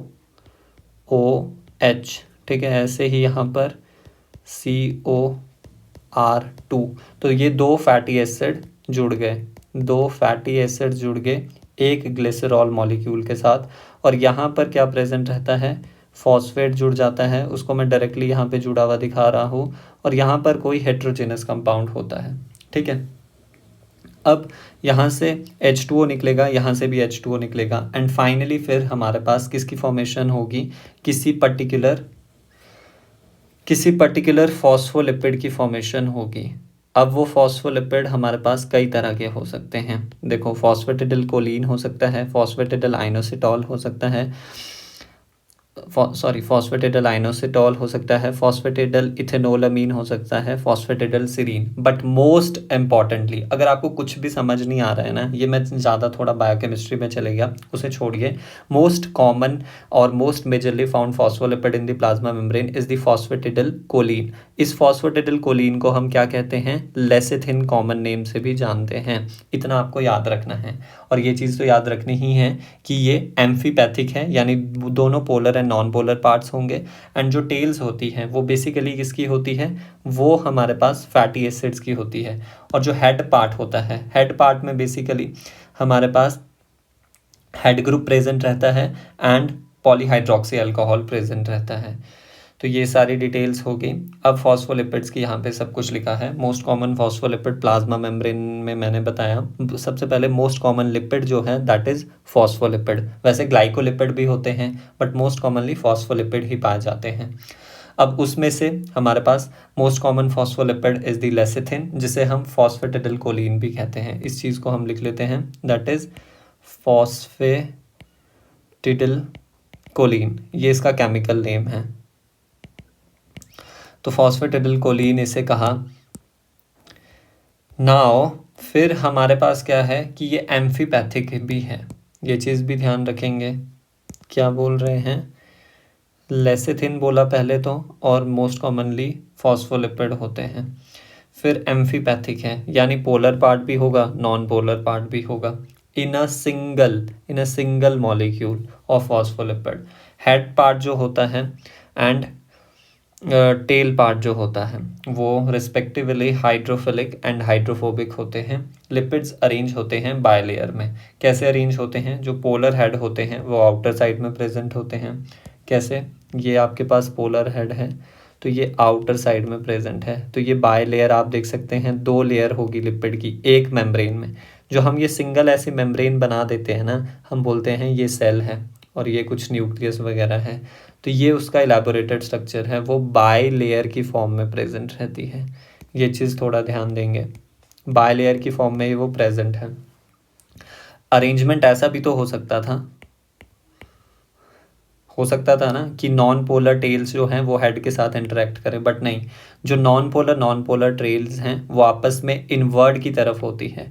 तो ये क्वेश्चन आ जाता है कि नॉन पोलर टेल्स आउटवर्ड होती है कि इनवर्ड, तो नॉन पोलर टेल्स वो इनर साइड में प्रेजेंट होती है सो दैट वो एक्वस एनवायरनमेंट से प्रोटेक्टेड रह सके। नेक्स्ट आता है कि हमारे पास कार्बोहाइड्रेट्स भी प्रेजेंट हैं। कार्बोहाइड्रेट्स एज ग्लाइकोकैलिक्स की फॉर्म में प्रेजेंट है, एंड कार्बोहाइड्रेट्स का भी याद रखेंगे ओनली आउटर सरफेस पे ही प्रेजेंट रहेंगे, outer surface of plasma membrane पे ही प्रेजेंट रहेंगे। नाउ ग्लाइकोकैलिक्स किस फॉर्म में प्रेजेंट रहेगा? ग्लाइकोलिपिड्स एंड ग्लाइकोप्रोटीन्स इसके कंपोनेंट्स होंगे। ग्लाइकोकैलिक्स का काम क्या है? सेल रिकॉग्निशन और एंटीजेनिक प्रॉपर्टी प्रोवाइड करना। जैसे हमारे पास सेल रिकॉग्निशन में वेरियस इम्यून सेल आपस में एक दूसरे को रिकॉग्नाइज करते हैं, या फिर फर्टिलाइजेशन के दौरान जो आपके पास स्पर्म होता है वो एग सेल को रिकॉग्नाइज करता है। एंड एंटीजेनिक प्रॉपर्टी में जो आरबीसीज होते हैं, आरबीसी में हम बोलते हैं ए एंटीजन प्रेजेंट है, बी एंटीजन प्रेजेंट है, वो बेसिकली क्या होते हैं? They are basically glycoproteins. तो वो ग्लाइकोकैलिक्स का ही पार्ट है। ठीक है, so this is all about the plasma membrane phospholipids. अब प्रोटीन्स की बात करते हैं। प्रोटीन्स हमने देखा दो तरह की, इंट्रिंसिक जिसे हम इंटेग्रल प्रोटीन भी कहते हैं, एक्सट्रिंसिक जिन्हें हम पेरिफेरल प्रोटीन भी कहते हैं। इंट्रिंसिक प्रोटीन बताया कि वो प्लाज्मा मेम्ब्रेन को कम्प्लीटली क्या करती है? ट्रेवर्स करती है। ऐसी प्लाज्मा मेम्ब्रेन है तो दिस इज इंट्रिंसिक प्रोटीन। यहाँ पे थोड़ा सा स्ट्रक्चर देखते हैं, थोड़ा मैं रफ स्ट्रक्चर बना रहा हूँ, लेक्चर बहुत लंबा नहीं करना है हमें, बट समझना सब कुछ है। ठीक है,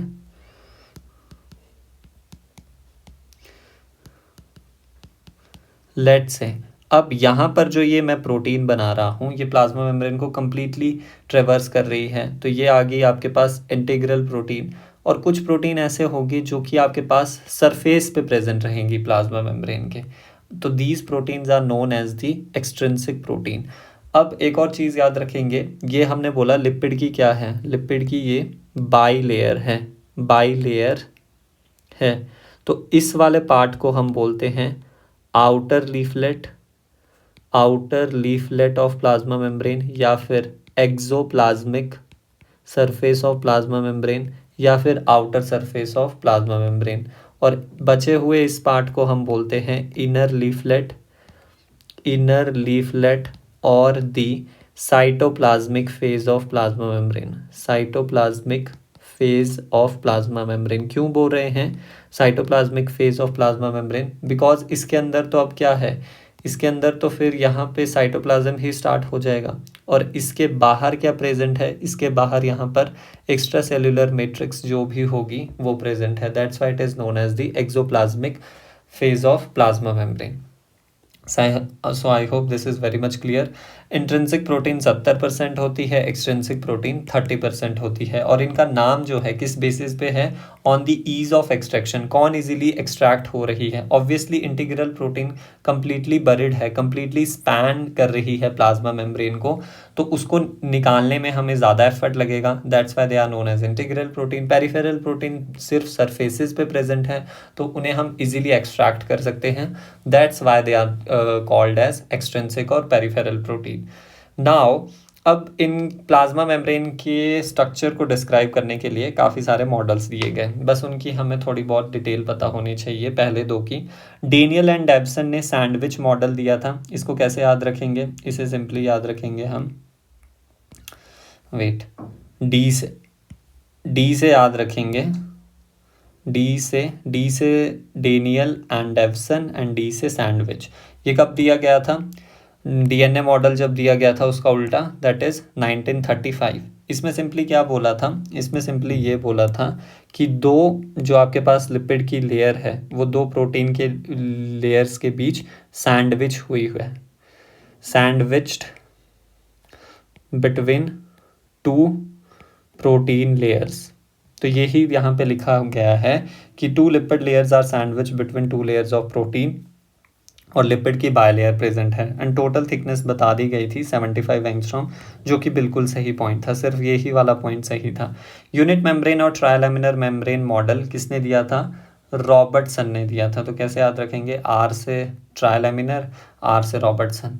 और फिर ये 1935 का उल्टा कर दो, दैट इज क्या, 1953, और इसको 3 से मल्टीप्लाई कर दो, दैट इज़ 1959। तो कैसे भी करके याद रखना है, तो 1959 में ये दिया था। नेक्स्ट फिर हमारे पास आया, और ये तो इन्होंने ये सेग्रीगेशन कर दिया कि ये 20 की होगी पहली प्रोटीन लेयर, फिर जो दो लिपिड लेयर है वो 35 एंगस्ट्रॉम की होगी, एंड जो आपके पास प्रोटीन लेयर लास्ट है वो 20 एंगस्ट्रॉम की रेशो में होगी। टोटल 75 एंगस्ट्रॉम का आपके पास टोटल रहेगा। बट इनकी लिमिटेशंस क्या थी?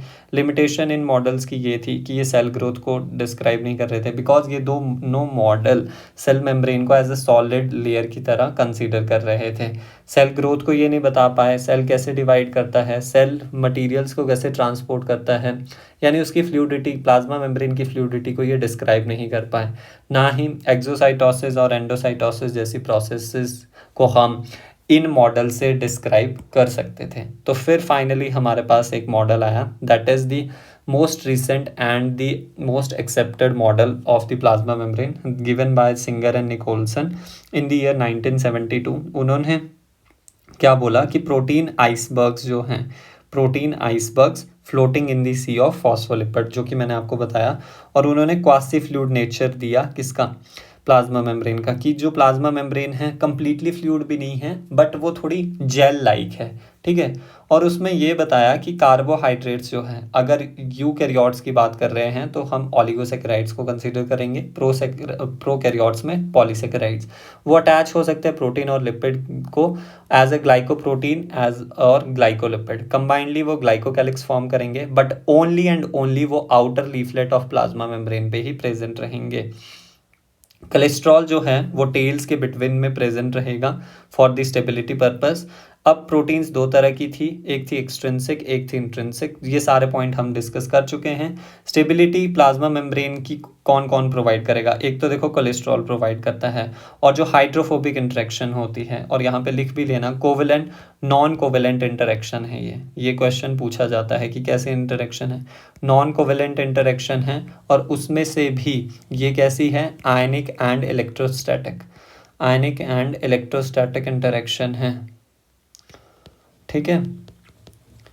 फिर हमारे पास आता है ये फ्लूइड मॉडल जो है, ये दोनों प्रोकैरियोट्स एंड यूकैरियोट्स के लिए वैलिड है। नाउ नेक्स्ट आता है फ्लूइडिटी। फ्लूइडिटी मेम्ब्रेन की किसकी वजह से है? फ्लूइडिटी मेम्ब्रेन की मेनली तो जो है वो लिपिड्स की वजह से हैं, बिकॉज लिपिड्स को हम सी की तरह कंपेयर कर रहे हैं, और उस पे जो आइसबर्ग्स हैं वो प्रोटीन हैं। क्यों लिपिड्स को मेनली फ्लूइडिटी का रीज़न मानते हैं? बिकॉज यहाँ पे अभी दिखाया नहीं गया है, मैं बता दूंगा। दो तरह की मूवमेंट होती है, एक लेटरल, एक फ्लिप फ्लॉप। एक मिनट, यहाँ पे दिया नहीं है यार, एक्चुअली यहाँ पे ही बताता हूँ। ये देखो, यहाँ पर जो ये मूवमेंट होगी ऐसे ऐसे, ये जो मूवमेंट होगी, या यहाँ से यहाँ को, यहाँ से यहाँ को, ये कहलाती है लेटरल मूवमेंट, ठीक है। और जो ये वाली मूवमेंट होगी, एक फॉस्फोलिपिड जो ए वाला है वो बी की पोजीशन में आ जाए, या फिर बी वाला ए की जगह चले जाए, उसे हम कहते हैं फ्लिप फ्लॉप मूवमेंट। तो flip flop movement is only shown by the phospholipid molecule, and they also show the lateral movement, यानी within the same leaflet वो अपनी पोजीशन चेंज कर रहे हैं। तो they can show two types of movement phospholipid, one is flip flop and another is lateral movement, but protein only show lateral movement, यानी वो थोड़ा ऐसा ऐसा हिल सकती है। और वो भी किस कारण? ये फॉस्फोलिपिड हिल रहे हैं, इसीलिए वो भी थोड़ा थोड़ा लैटरल मूवमेंट शो करते हैं। तो देयरफॉर वी कैन से जो मेन रीज़न है फ्लूइडिटी का, वो हमारे पास सिर्फ और सिर्फ लिपिड ही है। फिर आता है कि fluid nature of plasma membrane क्या क्या एक्सप्लेन करता है? सेल ग्रोथ को एक्सप्लेन करता है, सिक्रीशंस को, इंट्रासेलुलर जो जंक्शन बनते हैं उनको, सेल डिवीजन को, एंडोसाइटोसिस एक्सोसाइटोसिस को एक्सप्लेन करता है। एंडोसाइटोसिस में हमारे पास दो प्रोसेसेस आती है, cell drinking and cell eating. Cell drinking is pinocytosis, cell eating is phagocytosis. सारे पॉइंट्स को यहाँ पे मैं हाथ से लिखना थोड़ा सा टफ पार्ट है, बिकॉज हमें ज़्यादा से ज़्यादा चीज़ों को क्या करना है? रिवाइज करना है, और सब चीज़ों को कंप्लीट करना है। नाउ नेक्स्ट हमारे पास प्लाज्मा मेम्ब्रेन से रिलेटेड आता है ट्रांसपोर्ट ऑफ मॉलिक्यूल्स। मेम्ब्रेन के क्रॉस ट्रांसपोर्ट जो है वो दो तरह का होता है, एक होता है पैसिव और एक होता है active. So first is passive transport and another is active transport. अब पैसिव का सिंपली क्या मतलब है? पैसिव का सिंपली मतलब है कि कोई एटीपी और एनर्जी का यूज़ नहीं होना, और एक्टिव का मतलब है यहाँ पर एटीपी का यूज़ होगा, एनर्जी की रिक्वायरमेंट होगी। Passively as the name suggest, इसका ट्रांसपोर्ट पैसिवली होगा, यानी जहाँ पे सब्सटेंसेस की कंसंट्रेशन हायर होगी टू देयर लोअर कंसंट्रेशन वो मूव करेंगे, ठीक है। और एक्टिव में उल्टा होगा, लो कॉन्सेंट्रेशन से सब्सटेंसेस हाई कॉन्सेंट्रेशन में मूव करेंगे, क्योंकि अब हम एनर्जी भी एक्सटर्नल एनर्जी प्रोवाइड कर रहे हैं, ठीक है। और इसे हम कैसा ट्रांसपोर्ट कहते हैं, डाउनहिल ट्रांसपोर्ट कहते हैं, और इसे हम अपहिल ट्रांसपोर्ट कहते हैं, ठीक है। ये हमें विद रिस्पेक्ट टू किसके पढ़ना है, लिविंग सिस्टम के पढ़ना है। अब पैसिव भी दो तरह का होता है। पैसिव कितनी तरह का होगा, आगे फर्दर दो तरह का होगा। कैसा कैसा, एक होगा हमारे पास सिंपल पैसिव और एक होगा हमारे पास फैसिलिटेटेड पैसिव। तो यहाँ पे हम लिख सकते हैं, एक होगा simple diffusion, wait, simple diffusion, या फिर हम उसे डिफ्यूजन भी कहते हैं, ठीक है। और एक होगा हमारे पास facilitated diffusion, facilitated diffusion. Similarly जो एक्टिव होता है, एक्टिव भी दो तरह का होता है। एक हमारे पास होगा प्राइमरी एक्टिव और एक होगा हमारे पास सेकेंडरी एक्टिव। तो इसे भी लिखते हैं primary active and secondary active. ये बहुत इंपॉर्टेंट चार्ट है, प्लीज़ इसको अच्छे से बना लेना। ये मैं इसलिए खुद से लिख रहा हूँ बिकॉज ये नोट्स में अभी नहीं है अपलोडेड हुआ, तो इसलिए खुद से समझा रहा हूँ। सिंपल डिफ्यूजन एंड डिफ्यूजन का क्या मतलब है। सिंपल डिफ्यूजन का ये मतलब है कि हमारे पास कोई भी यहाँ पर प्रोटीन्स वगैरह और लिविंग सिस्टम की ज़रूरत नहीं है। सिंपल डिफ्यूजन को आप ऐसे भी समझ सकते हो, मान लो मैंने ये, इसको आप एक कमरा मान लो, यहाँ पे मैंने लेट से अगरबत्ती को जला दिया और उससे क्या आ रही है, फ्रेग्रेंस आ रही है। तो जो वो उसके फ्यूम्स होंगे वो यहाँ पर हायर कंसंट्रेशन में होंगे और यहाँ पर तो बिल्कुल ही नहीं होंगे। ए पॉइंट में ज़्यादा होंगे और बी कॉर्नर में तो बिल्कुल नहीं है। तो वो from their higher concentration to their low concentration move करेंगे। और यहाँ पर कोई लिविंग सिस्टम की ज़रूरत नहीं है, इन पार्टिकल्स को मूव करना है तो कोई यहाँ पे बायो मेम्ब्रेन, प्लाज्मा मेम्ब्रेन की ज़रूरत नहीं है, कोई लिविंग सिस्टम की ज़रूरत नहीं है। बट फैसिलिटेटेड डिफ्यूजन में क्या होगा, या फिर एक्टिव ट्रांसपोर्ट में भी क्या होगा, नॉट डिफ्यूजन, एक्टिव ट्रांसपोर्ट में यहाँ पर दोनों में ही हमारे पास बायो मेम्ब्रेन और लिविंग सिस्टम की ज़रूरत पड़ती है। तो यही चीज़ को हम यहाँ पर लिख लेते हैं दैट सिंपल डिफ्यूजन में क्या है, नॉन, या फिर रादर वी से bio membrane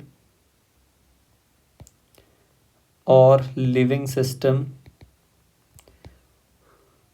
not essential, not essential।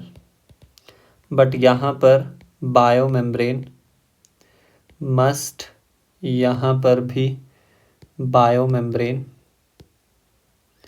Must है, ठीक है। अब सिंपल डिफ्यूजन में हमारे पास किस किस का ट्रांसपोर्ट होगा, देखो सिंपली बायो मेम्ब्रेन के थ्रू, हमारे को with respect to bio membrane ही कंसीडर करना है।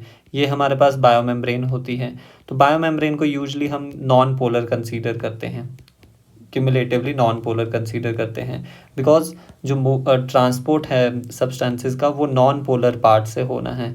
ये वाला तो पोलर पार्ट है बट मेजरली किसके थ्रू होना है, नॉन पोलर पार्ट से। तो सिंपली कौन चले जाएंगे यहाँ से, जो नॉन पोलर मॉलिक्यूल्स होंगे। तो हम लिख सकते हैं नॉन पोलर मॉलिक्यूल का ट्रांसपोर्ट हो सकता है एंड स्मॉल पोलर मॉलिक्यूल्स का भी सिंपल डिफ्यूजन के थ्रू हो सकता है। स्मॉल पोलर मॉलिक्यूल्स का भी ट्रांसपोर्ट हो सकता है। स्मॉल पोलर में हमारे पास वाटर आता है, इथेनॉल आता है एंड यूरिया आता है। इनका ट्रांसपोर्ट भी सिंपल डिफ्यूजन के थ्रू होता है, यानी डायरेक्टली ये प्लाज्मा मेम्ब्रेन को क्रॉस कर सकते हैं। फैसिलिटेटेड डिफ्यूजन में हमारे पास थ्रू मेम्ब्रेन प्रोटीन्स के थ्रू होगा, मेम्ब्रेन प्रोटीन्स के थ्रू होगा फैसिलिटेटेड डिफ्यूजन। अब ये मेम्ब्रेन प्रोटीन्स दो तरह की होती है, ये भी हम आगे अब इधर डिस्कस करते हैं। मेम्ब्रेन प्रोटीन्स, रुकिए, मेम्ब्रेन प्रोटीन्स ये दो तरह की है।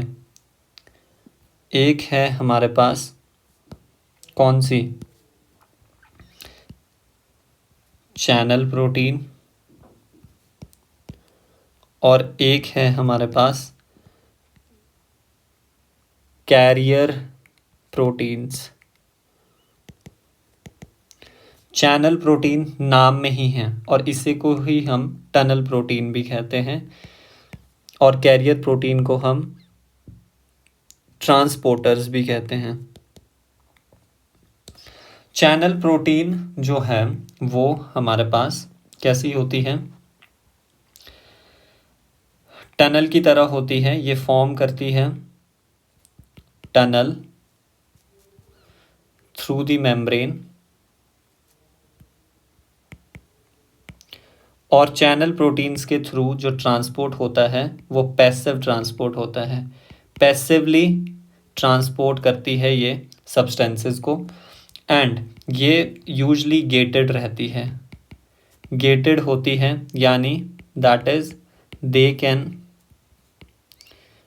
गेट ओपन और क्लोज, इनको खोल और बंद कर सकते हैं। तो यूजली ये क्लोज रहती है बट ये ओपन होती है, opens up when electrical, chemical और मैकेनिकल सिग्नल आपके पास आएगा। मैकेनिकल सिग्नल अगर आप प्रोवाइड करेंगे, ठीक है। वेयर एज जो कैरियर प्रोटीन है और ट्रांसमेम्ब्रेन प्रोटीन है ये कॉन्फर्मेशन में चेंज लाती है। कॉन्फर्मेशन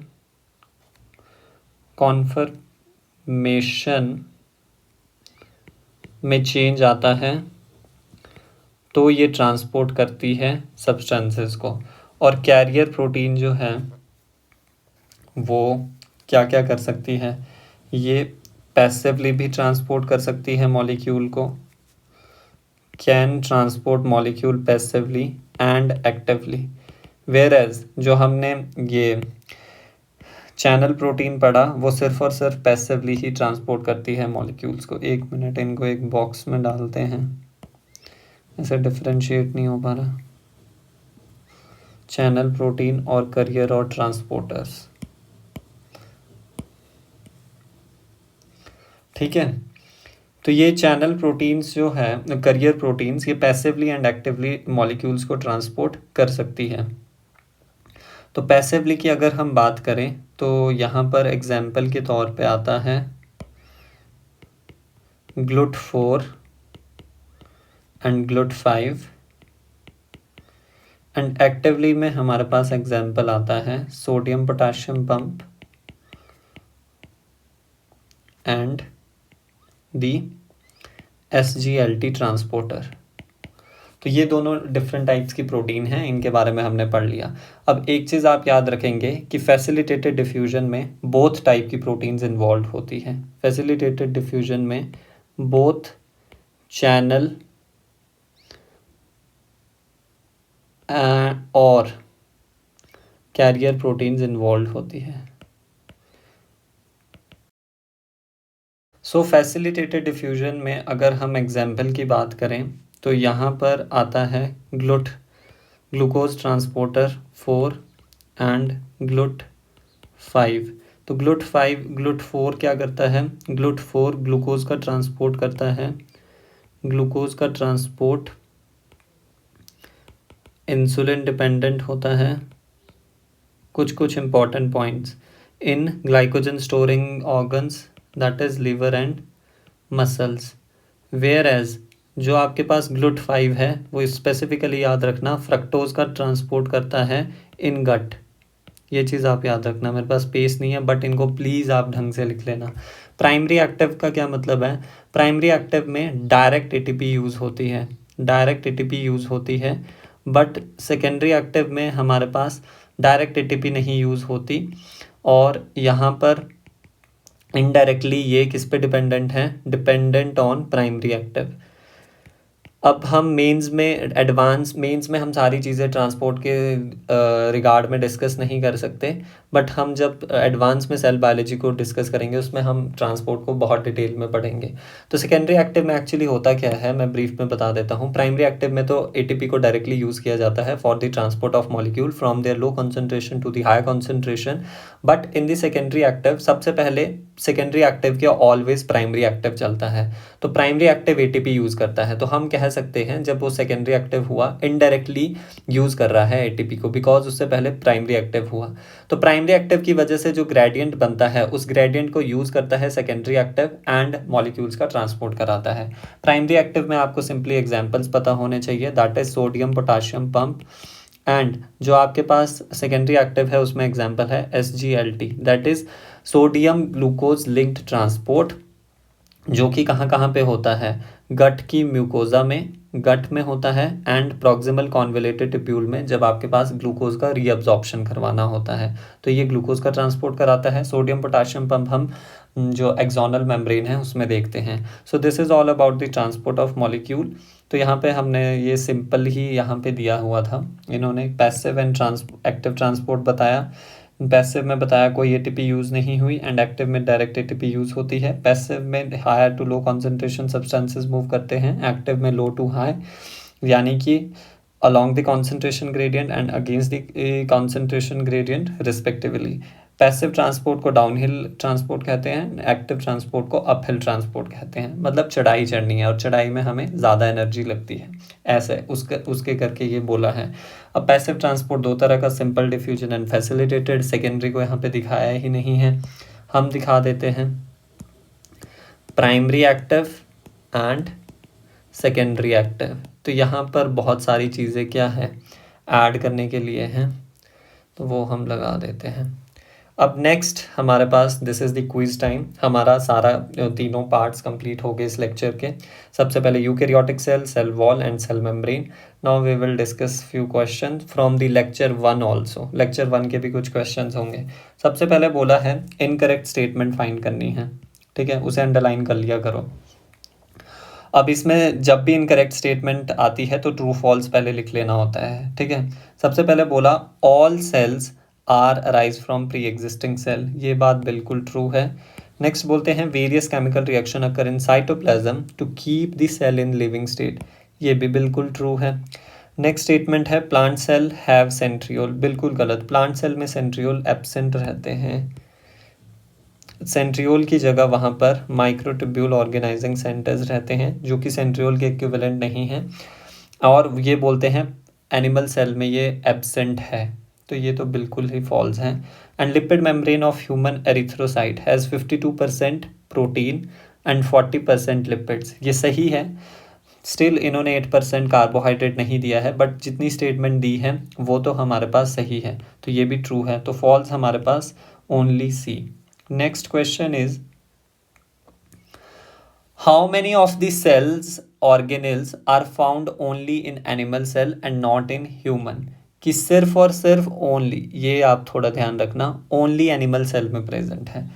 तो सेंट्रियोल ही ऐसा है मेरे हिसाब से। देखो सेल वॉल तो प्रेजेंट नहीं रहती एनिमल सेल में, क्लोरोप्लास्ट भी नहीं, माइटोकॉन्ड्रिया रहता है बट वो प्लांट्स में भी प्रेजेंट रहता है।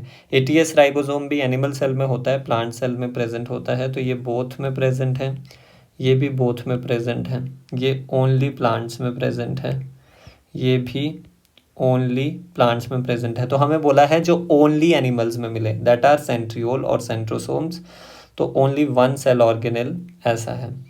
Next question is consider the following statement. सबसे पहले बोलते हैं कि प्लांट सेल है और उसमें से क्या बताना है, करेक्ट और इनकरेक्ट वाला क्वेश्चन है, तो ट्रू फॉल्स लगाते चलना। कि प्लांट सेल हैव सेंट्रियोल, यहीं पे ही गलत हो गया, so this is false. Ribosomes are the site of protein synthesis, this is true, ribosomes are known as the protein factory. The middle lamella is the layer mainly of calcium carbonate, नहीं, that is of mainly calcium pectate, calcium pectate 90%, magnesium pectate, ये आप recall की तरह सोच सकते हो, recall साथ साथ हो रहा है 10%, तो this is also false. In animal cells, lipid-like steroidal hormones are synthesized by smooth endoplasmic reticulum. This is so true. SCR involved in lipids का synthesis as well as steroidal hormone का synthesis. और आप क्या बता सकते हैं कि बेशक ये हमने नहीं पढ़ा, बट स्टिल ऑप्शन से आप करेक्ट स्टेटमेंट इजीली फाइंड कर ऑप्शन चूज कर सकते हैं. Are involve in protein synthesis and secretion, यानी प्रोटीन सिंथेसिस हो रही है, दैट मीन्स एंजाइम्स का सिक्रीशन में ये इन्वॉल्व है. तो दिस इज ऑल्सो ट्रू. तो आपको क्या बताना है, करेक्ट स्टेटमेंट कौन कौन सा है. तो बी है एंड डी है. तो बी एंड डी, तो देखो बी ए के साथ दिया है तो ये तो गलत ही होता. ये तो ऑब्वियसली कट गए जहाँ पे बी एंड डी नहीं है. तो only C is our desired answer. Next question is who mentioned that the presence of cell wall is a unique character of the plant cell. तो देखो सेल थ्योरी की यहाँ पे बात की गई है, उसे जल्दी से डिस्कस कर लेते हैं. सेल थ्योरी दो साइंटिस्ट ने दी थी, इंडिपेंडेंटली अपना वर्क किया था. एक थे श्लीडन और दूसरे कौन थे, श्वान थे. तो श्लीडन ने कब काम किया था, 1838 में अपने कंक्लूजन दिए एंड 1839 में श्वान ने. तो श्वान बेसिकली जूलॉजिस्ट थे, एनिमल्स पे स्टडी कर रहे थे, एंड ये बॉटनिस्ट थे. तो इन्होंने प्लांट्स पे बेसिकली स्टडी किया था. बट श्वान की कुछ आपको 3 स्टेटमेंट्स पता होनी चाहिए. सबसे पहले इन्होंने तो प्लाज्मा मेम्ब्रेन के बारे में बताया था कि आउटर लेयर होती है एनिमल्स की, और साथ ही साथ में इन्होंने ये भी बताया था कि cell wall is the unique character of only the plants. Cell wall only plants में ही प्रेजेंट रहेगी. ये भी किसने बताया था, श्वान ने ही बताया था. सिंस फिर उन्होंने ये भी बताया था कि बोथ प्लांट्स एंड एनिमल्स की बॉडी जो है वो सेल्स की बनी होगी. प्लांट्स एंड एनिमल्स की बॉडी सेल की बनी रहती है. श्लीडन ने तो ये बोल दिया था कि वेरियस प्लांट्स और ऑल प्लांट्स की बॉडी जो है वो किसकी बनी रहती है, ऑल प्लांट्स की body different kinds of cell की बनी रहती है. डिफरेंट काइंड्स ऑफ सेल्स की बनी रहेगी जो कि टिश्यूज़ फॉर्म करेंगे. तो ये जिस्ट है सेल थ्योरी का. ऑल्सो हमें तो मॉडर्न सेल थ्योरी को कंसीडर करना है ना, तो रुडोल्फ वर्चाव को भी हम यहाँ पे कंसीडर करेंगे. और उन्होंने बताया था, उन्होंने बेसिकली सेल लीनिएज थ्योरी दी थी, यानी how new cells are arised. तो उन्होंने सिंपली ये ही बोला, new cell arised from pre existing cell. So this is all about the cell theory. तो who mention that the cell wall is a unique character of the plant cell. तो obviously ये Schleiden है, since Schwann botanist थे but उन्होंने ये statement नहीं दिया था. All plants, next question is all plants are composed of different kinds of cell. ये किसने बताया, ये श्लीडन ने हमारे पास बताया था. So next question, match the column. Column 1 ल्यूएनहुक. ल्यूएनहुक ने सबसे पहले लिविंग सेल को देखा था और ये फादर ऑफ माइक्रोबायोलॉजी भी कहलाते हैं. रॉबर्ट ब्राउन ने 1831 और 1831 के एंड पे, या फिर आप 1832 बोल लीजिए, दोनों ऑप्शन दे रखे होते हैं. उस टाइम उन्होंने न्यूक्लियस का डिस्कवरी किया था. तो ये सेकंड आ गया, ये फर्स्ट आ गया. श्लीडन ने क्या किया था, the presence of cell wall is the unique character of the plant cell. ये श्वान ने बोला था. तो ये हमारे पास सेकंड आ गया और ये हमारे पास फोर्थ. तो 1342 ए इज आर आंसर. ठीक है, ऐसे क्वेश्चंस को सॉल्व करना होता है, ऐसी ही आपको मेथड फॉलो करना है जल्दी जल्दी सॉल्व करने के लिए. अजर्शन एंड रीज़न दिया गया है नीचे. ठीक है, तो अजर्शन देते हैं कि रुडोल्फ वर्चाव ने मॉडिफाई किया सेल थ्योरी को, और जो कि गिवन थी श्लीडन एंड श्वान द्वारा. ठीक है, ये बात सही है. Cell theory says that all cell arise from pre existing cell. तो ये अजर्शन है. अजर्शन ये है कि उन्होंने मॉडिफाई किया. कैसे किया, यही बोल के कि न्यू सेल अराइज करते हैं from pre existing cell, and Latin में उसका ओमनिस सेल्यूला ई सेल्यूला स्टेटमेंट था.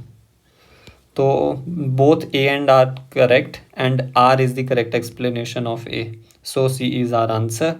Next question is, the lipids have their polar heads facing plasma membrane. We know plasma membrane ऐसी है, उसका arrangement ऐसा है, lipid bilayer का, lipids ऐसे arranged हैं. तो जो non polar tails हैं वो project करती है toward inward एंड जो आपके पास पोलर हेड है, पोलर हेड्स हैं, वो आपके पास आउटवर्ड की तरफ क्या करते हैं, प्रोजेक्ट करते हैं, तो आउटर साइड को प्रोजेक्ट करते हैं। Next question is an exception to the cell theory. Directly answer D है, वायरसेस। बिकॉज सेल थ्योरी में ये बोला गया था, सेल थ्योरी के कुछ पॉइंट्स थे कि single cell is capable of independent living के केपेबल है single cell, so it can perform all essential vital function for their survival. और ये भी बोला था कि cell is the fundamental structural and functional unit of life, ये भी कहा था, structural and functional unit of life. और ये भी बोला था कि new cell arise from pre existing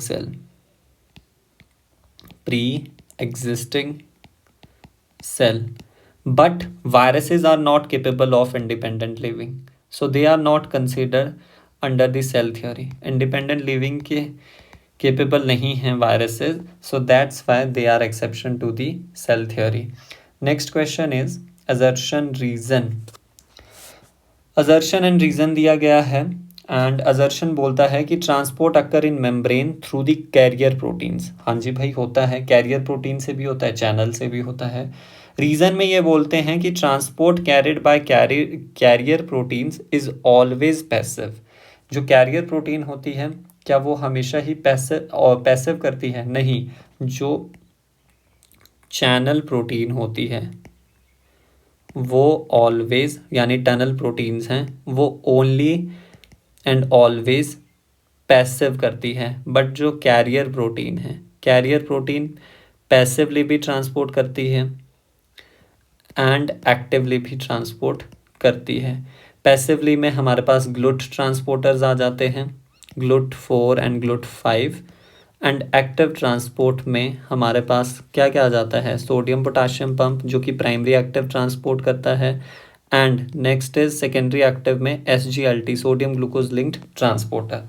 तो ये तो गलत है, so A is true but R is false, so C is our answer. ठीक है, और फर्स्ट स्टेटमेंट में जो कंफ्यूज है उधर ये नहीं बोला है कि transport of occur in membrane only through the carrier protein, तब तो ये फॉल्स हो जाता। बट हमारे पास सिंपली क्या दिया है कि transport occur in membrane through carrier protein, तो ये बात भी सही है। ठीक है, next question is if you remove the fimbriae, अगर तुम फिम्ब्री रिमूव करते हो बैक्टीरियल सेल से, which of the following would expect to happen. देखो, दो स्ट्रक्चर्स हमने बैक्टीरिया के पढ़े थे, पिली एंड फिम्ब्रे। पिली का क्या काम होता है?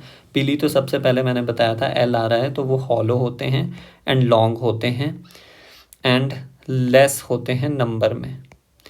वेरेज फिम्ब्रे का हमने बताया था सॉलिड होंगे, रिजिड होंगे, स्मॉल होंगे, ब्रिसल लाइक होते हैं और मोर इन नंबर बेसिकली 300 से 500 होते हैं पर सेल में, और ये 3 से 5 होते हैं पर सेल में।